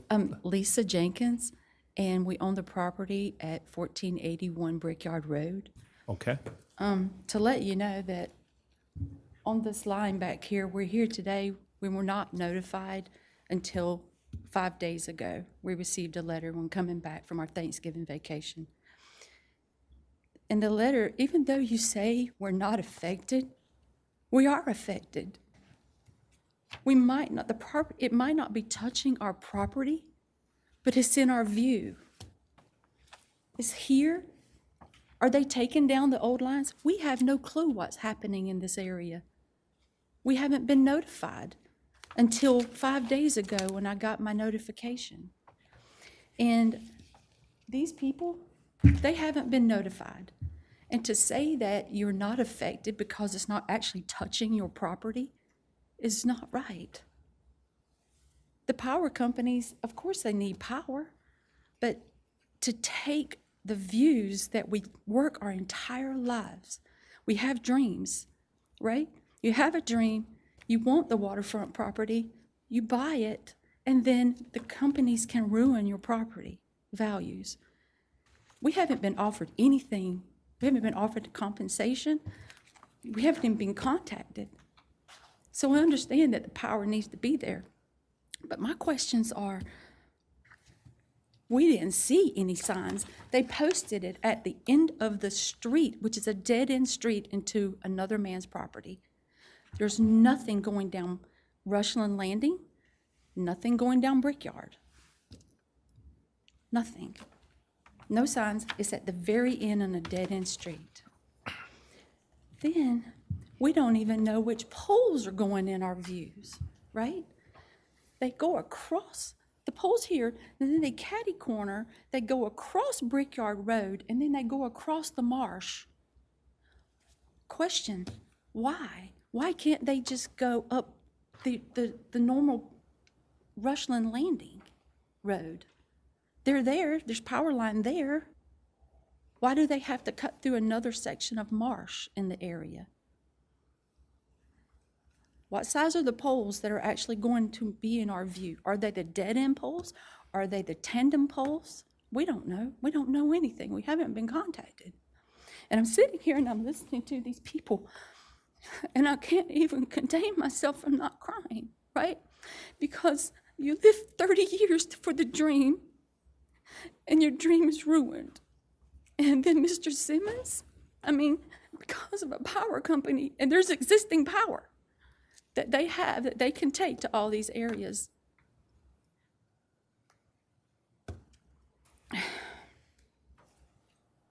Okay, is there one pole or is there two poles? Are they removing the old lines? I see that they're adding new lines and we weren't even contacted. So you work your entire life, you crop tobacco from age 10, McDonald's, Hardee's, working in plants, and then you have a dream, and that dream is literally being taken from you, right?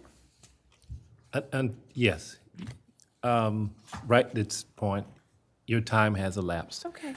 Maybe one of these board members can ask a question to help clarify any matter that you might have. I was going to ask a question. I was going to say, so the Santee Cooper wants to appeal the process of going through the county for a permit. That's what we're here tonight. So those signs that were sent out by the county to let you all know that this is what this meeting was about. I'm happy And then to they be put here. information, so the county was trying to give you all information. Thank you so much. Yeah, so We really appreciate what's your thoughts the on county, and we really Santee appreciate you Cooper? guys for watching out for us. And Yeah. we know we don't have a say-so in what happens because we're just, citizens. But these people don't have the right to ruin our views without compensation. I'm sorry to cry, but I listened to Mr. Simmons, 80-something years old. I listened to this lady and the people who are desperate in here who, last-minute notification. You have a baby. If your baby got hit by a car, you weren't affected. Your baby was affected, right? We weren't on that list because it wasn't touching our property, but we're affected. So I want to say thank you for your time. Well, thank And I'm you. sorry for losing it. No, that's fine. That happens here all the time. Anyone else have a question? Thank you so very much for your testimony Thank tonight. you so much. Yes, sir, you've been patiently waiting.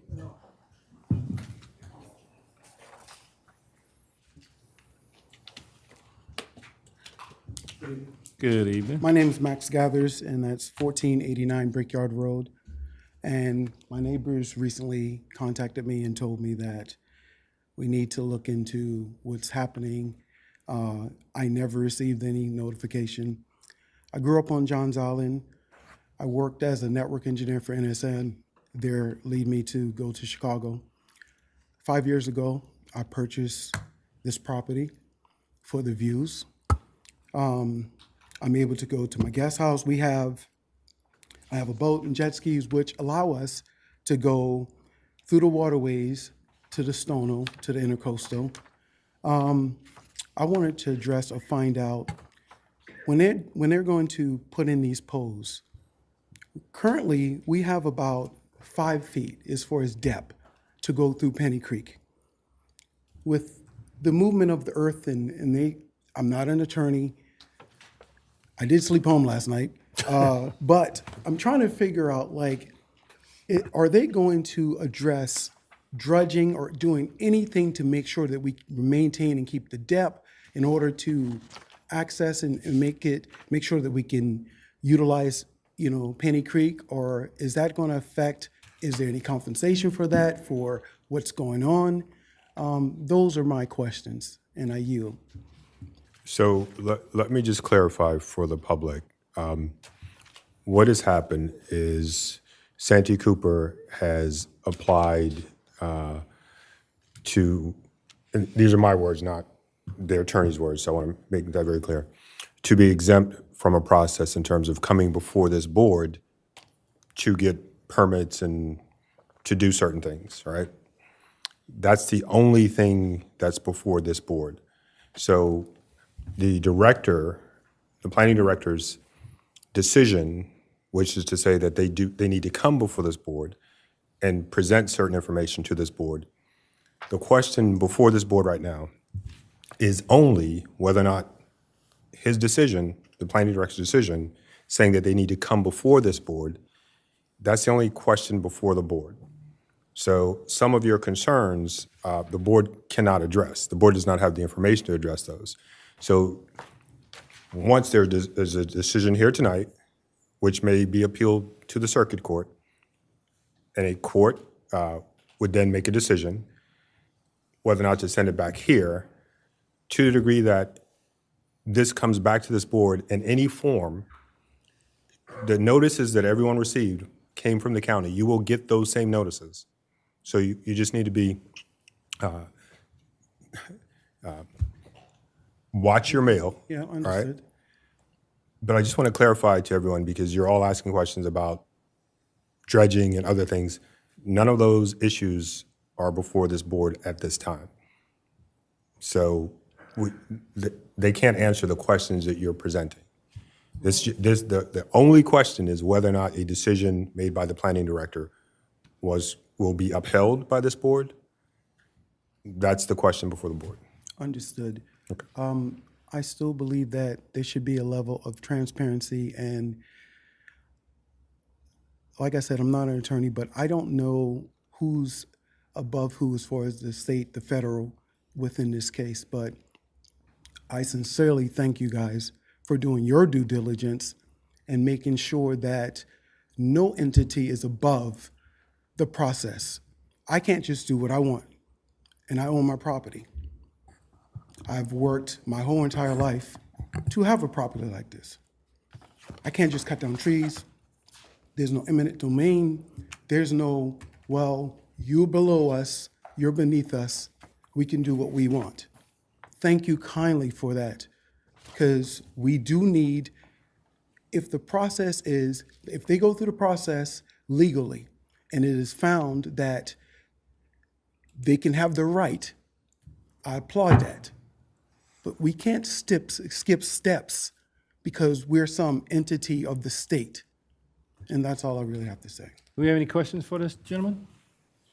Thank you so very much for your testimony. All right, thank you. Thank you, Attorney Hugie, for your clarification, and hopefully everyone got a chance to hear that. Do we have I was going to make sure anyone else wants to speak. Do we have anyone else that would like to speak in opposition? Do we have anyone else that would like to speak in opposition? Very good. Oy. This case is closed to the public? Yeah. Wait, excuse me, thank you, I forgot. You guys have a 2-minute rebuttal. So which one of you choose to come up? You have quite a few concerns, but like Attorney Hugie said, we're here to discuss the error, if there be one. Thank you very much. And we understand those concerns, and while Santee Cooper has had 5 years of different meetings and efforts and an open website that's still available that shows all those meetings and efforts to contact people, I don't know how to address that, especially with the people that are perhaps new to it or didn't pay attention to the newspaper. We can't really address why people may not feel they were notified. If they're directly affected, then they're contacted. By directly affected, I mean the pole is over on the property, the line is directly above them. Those people are contacted. Lift your mic, please, I'm sorry. Sorry. So I won't belabor some of the issues, but some of the issues the county zoning land development regulations can't even address. You don't have ordinances about a view. There's certainly state Supreme Court precedents that there's no right to a view. So those types of issues really are not relevant, even if it was before you. What is relevant, I think, is whether or not the term exclusive was used in referring to the Port case. It was not really the primary issue, the primary finding of the appeals court in the Department of Transportation case. It's really the constitutional provision that we have a statewide authority, we have a need for uniformity, we have a function and service of government, the state agency. And so we fit squarely within the constitutional protection that even statutes that the legislature may adopt, if they're in contravention of that constitutional provision, then even those statutes could be overturned. So we're not here to say we're going to do it. We're not here to say we don't care. We've actually tried very hard in reaching out, and we obviously met at the beginning with people from the county. We met recently before we filed the request and got the answer. We don't like to be in this position any more than I think that the board likes to be in the position of having new situations to deal with, but Santee Cooper had not really had a project in your jurisdiction before for this to have come up and have this experience. So we are dealing with it like you are, and we would ask you to reverse the decision of the zoning and planning director. We think it's not correct under the law. We think that we do have that exemption. We remain open to sitting with staff and going through the information that may be relevant and suggestions that they may have about the project as we get to the point of having the final land disturbance permit. And we are hopeful that in spite of the fact of people not knowing what it might look like and what the reality of it might be, that when it is finally built, it will not be nearly as egregious as the imagination makes it, because we all do have to have that power. We certainly want to have it after the next storm. We certainly want to have it during this period of climate change when extreme heat events will occur. We've done all of the environmental considerations that are required for the sensitive resources that are there, and in order to provide the state responsibility that we have for providing this power to the electric co-ops to then distribute to these islands, we have to be able to proceed. Thank you so very much for your testimony, sir. Any other final remarks or questions? No. Okay. All right, now, this is now closed to the public. I got that one now. Tried to get ahead of myself. I apologize for that. Now, board, at this time, do we have any questions or any concerns? Discussion among ourselves. I guess I had a quick question that's on my mind. So concerning these possible variances and even the grand trees to the lawyer, if the board upheld the county's decision, they would possibly need to go through these processes of variances if they chose not to go to, if they chose not to go up to the higher court. Is that right? Yes, yes. Okay, that's my question. Any other questions for staff, Mr. Huger in particular? We're not allowed to ask staff any other questions at this point, correct? You can ask me questions. If it's, You have a question, Mr. Huger? No, sir. Mr. Woodall? Okay. Now, at this point, we have this case BZA -10-21-00528. We either need to make. oh, and let me clarify something before you do that, sir. It would take a 2/3 majority to overturn the planning director's decision.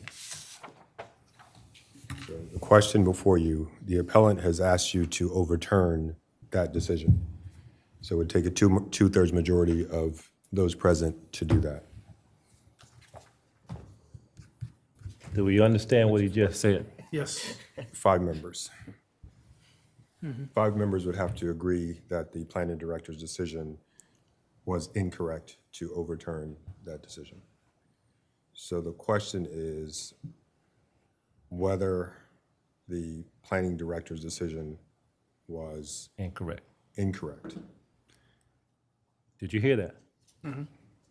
Okay. So, with that being said, with case BZA -10-21-00528, I need a motion to either uphold the administrator's decision or to say that he was in error. Mr. Boykin? Mr. Chair, in BZA case number 10-21-00528, I move that we deny the appeal of the applicant and we uphold the planning director's decision in this case.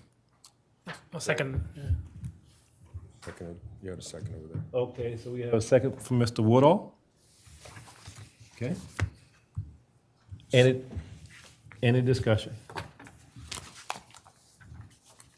Mr. Borkin, do you care to elaborate on why you want to? I would say that I was moved by the presentation of staff and the arguments of counsel for the county. And I think that the question is not clear-cut, that the county doesn't have the authority to require these permits. And so based on what I've heard here tonight, I think the planning director was right in his decision. And, I'll just add that where I struggle with this one is it coming from a perspective where I have worked with the DOT in particular on a lot of similar projects. And I understand the plight of a lot of the individuals sitting in this room that are affected by this particular project. But it is a very difficult and long and arduous process to go through to get approval for any type of linear project, whether it be a transportation project or a transmission line. And I would add I-526 as a case in point, where you have a project that's been on the books for 30 years and has been unable to make it through a full approval process in order to go to construction. And so I'm actually moved by Santee Cooper's argument that because they do have some authority from the state legislature, they have authorization and are in existence because of laws that were passed at the state level, that they have a level of authority that does exceed that of some of the other examples that were presented to us. And I would ask the board members to consider that in making their vote, that there could be something a little more to this than just, that the state could actually have the authority to supersede the county's recommendations or the county's ruling in this. I just one quick thing I'll add is there's a lot of big projects like 526, even like the 526 widening, and yeah, it's a really arduous process. But at the same time, I know that they go through a lot of public processes, and the public speaks and gives their input, and they go through mitigations, and it is a big arduous process. And I'm glad we can be a part of this process for Santee Cooper. So that's why I would uphold the county's decision. I guess I would add, though, if this were a DOT project, it would not come before this board. Is that correct? That's correct. Ms. Nelson, I'll just throw this back. I think part of this is a journey. I think a court of higher authority than us needs to weigh in on this, and I think there's arguments for both sides. And I think the circuit court will get the case, and they'll rule, and it'll follow that path wherever that leads. I'll agree with that 100%, Mr. Blake. Ms. Allison? Mr. Freeman? Mr. Woodall? Okay. I'm giving everybody a chance to speak. Okay. So the motion has not been altered. Mr. Boykin's motion has not been altered, and it's been seconded. So. Okay. So at this time, I'll move it to a vote. Those wishing to uphold the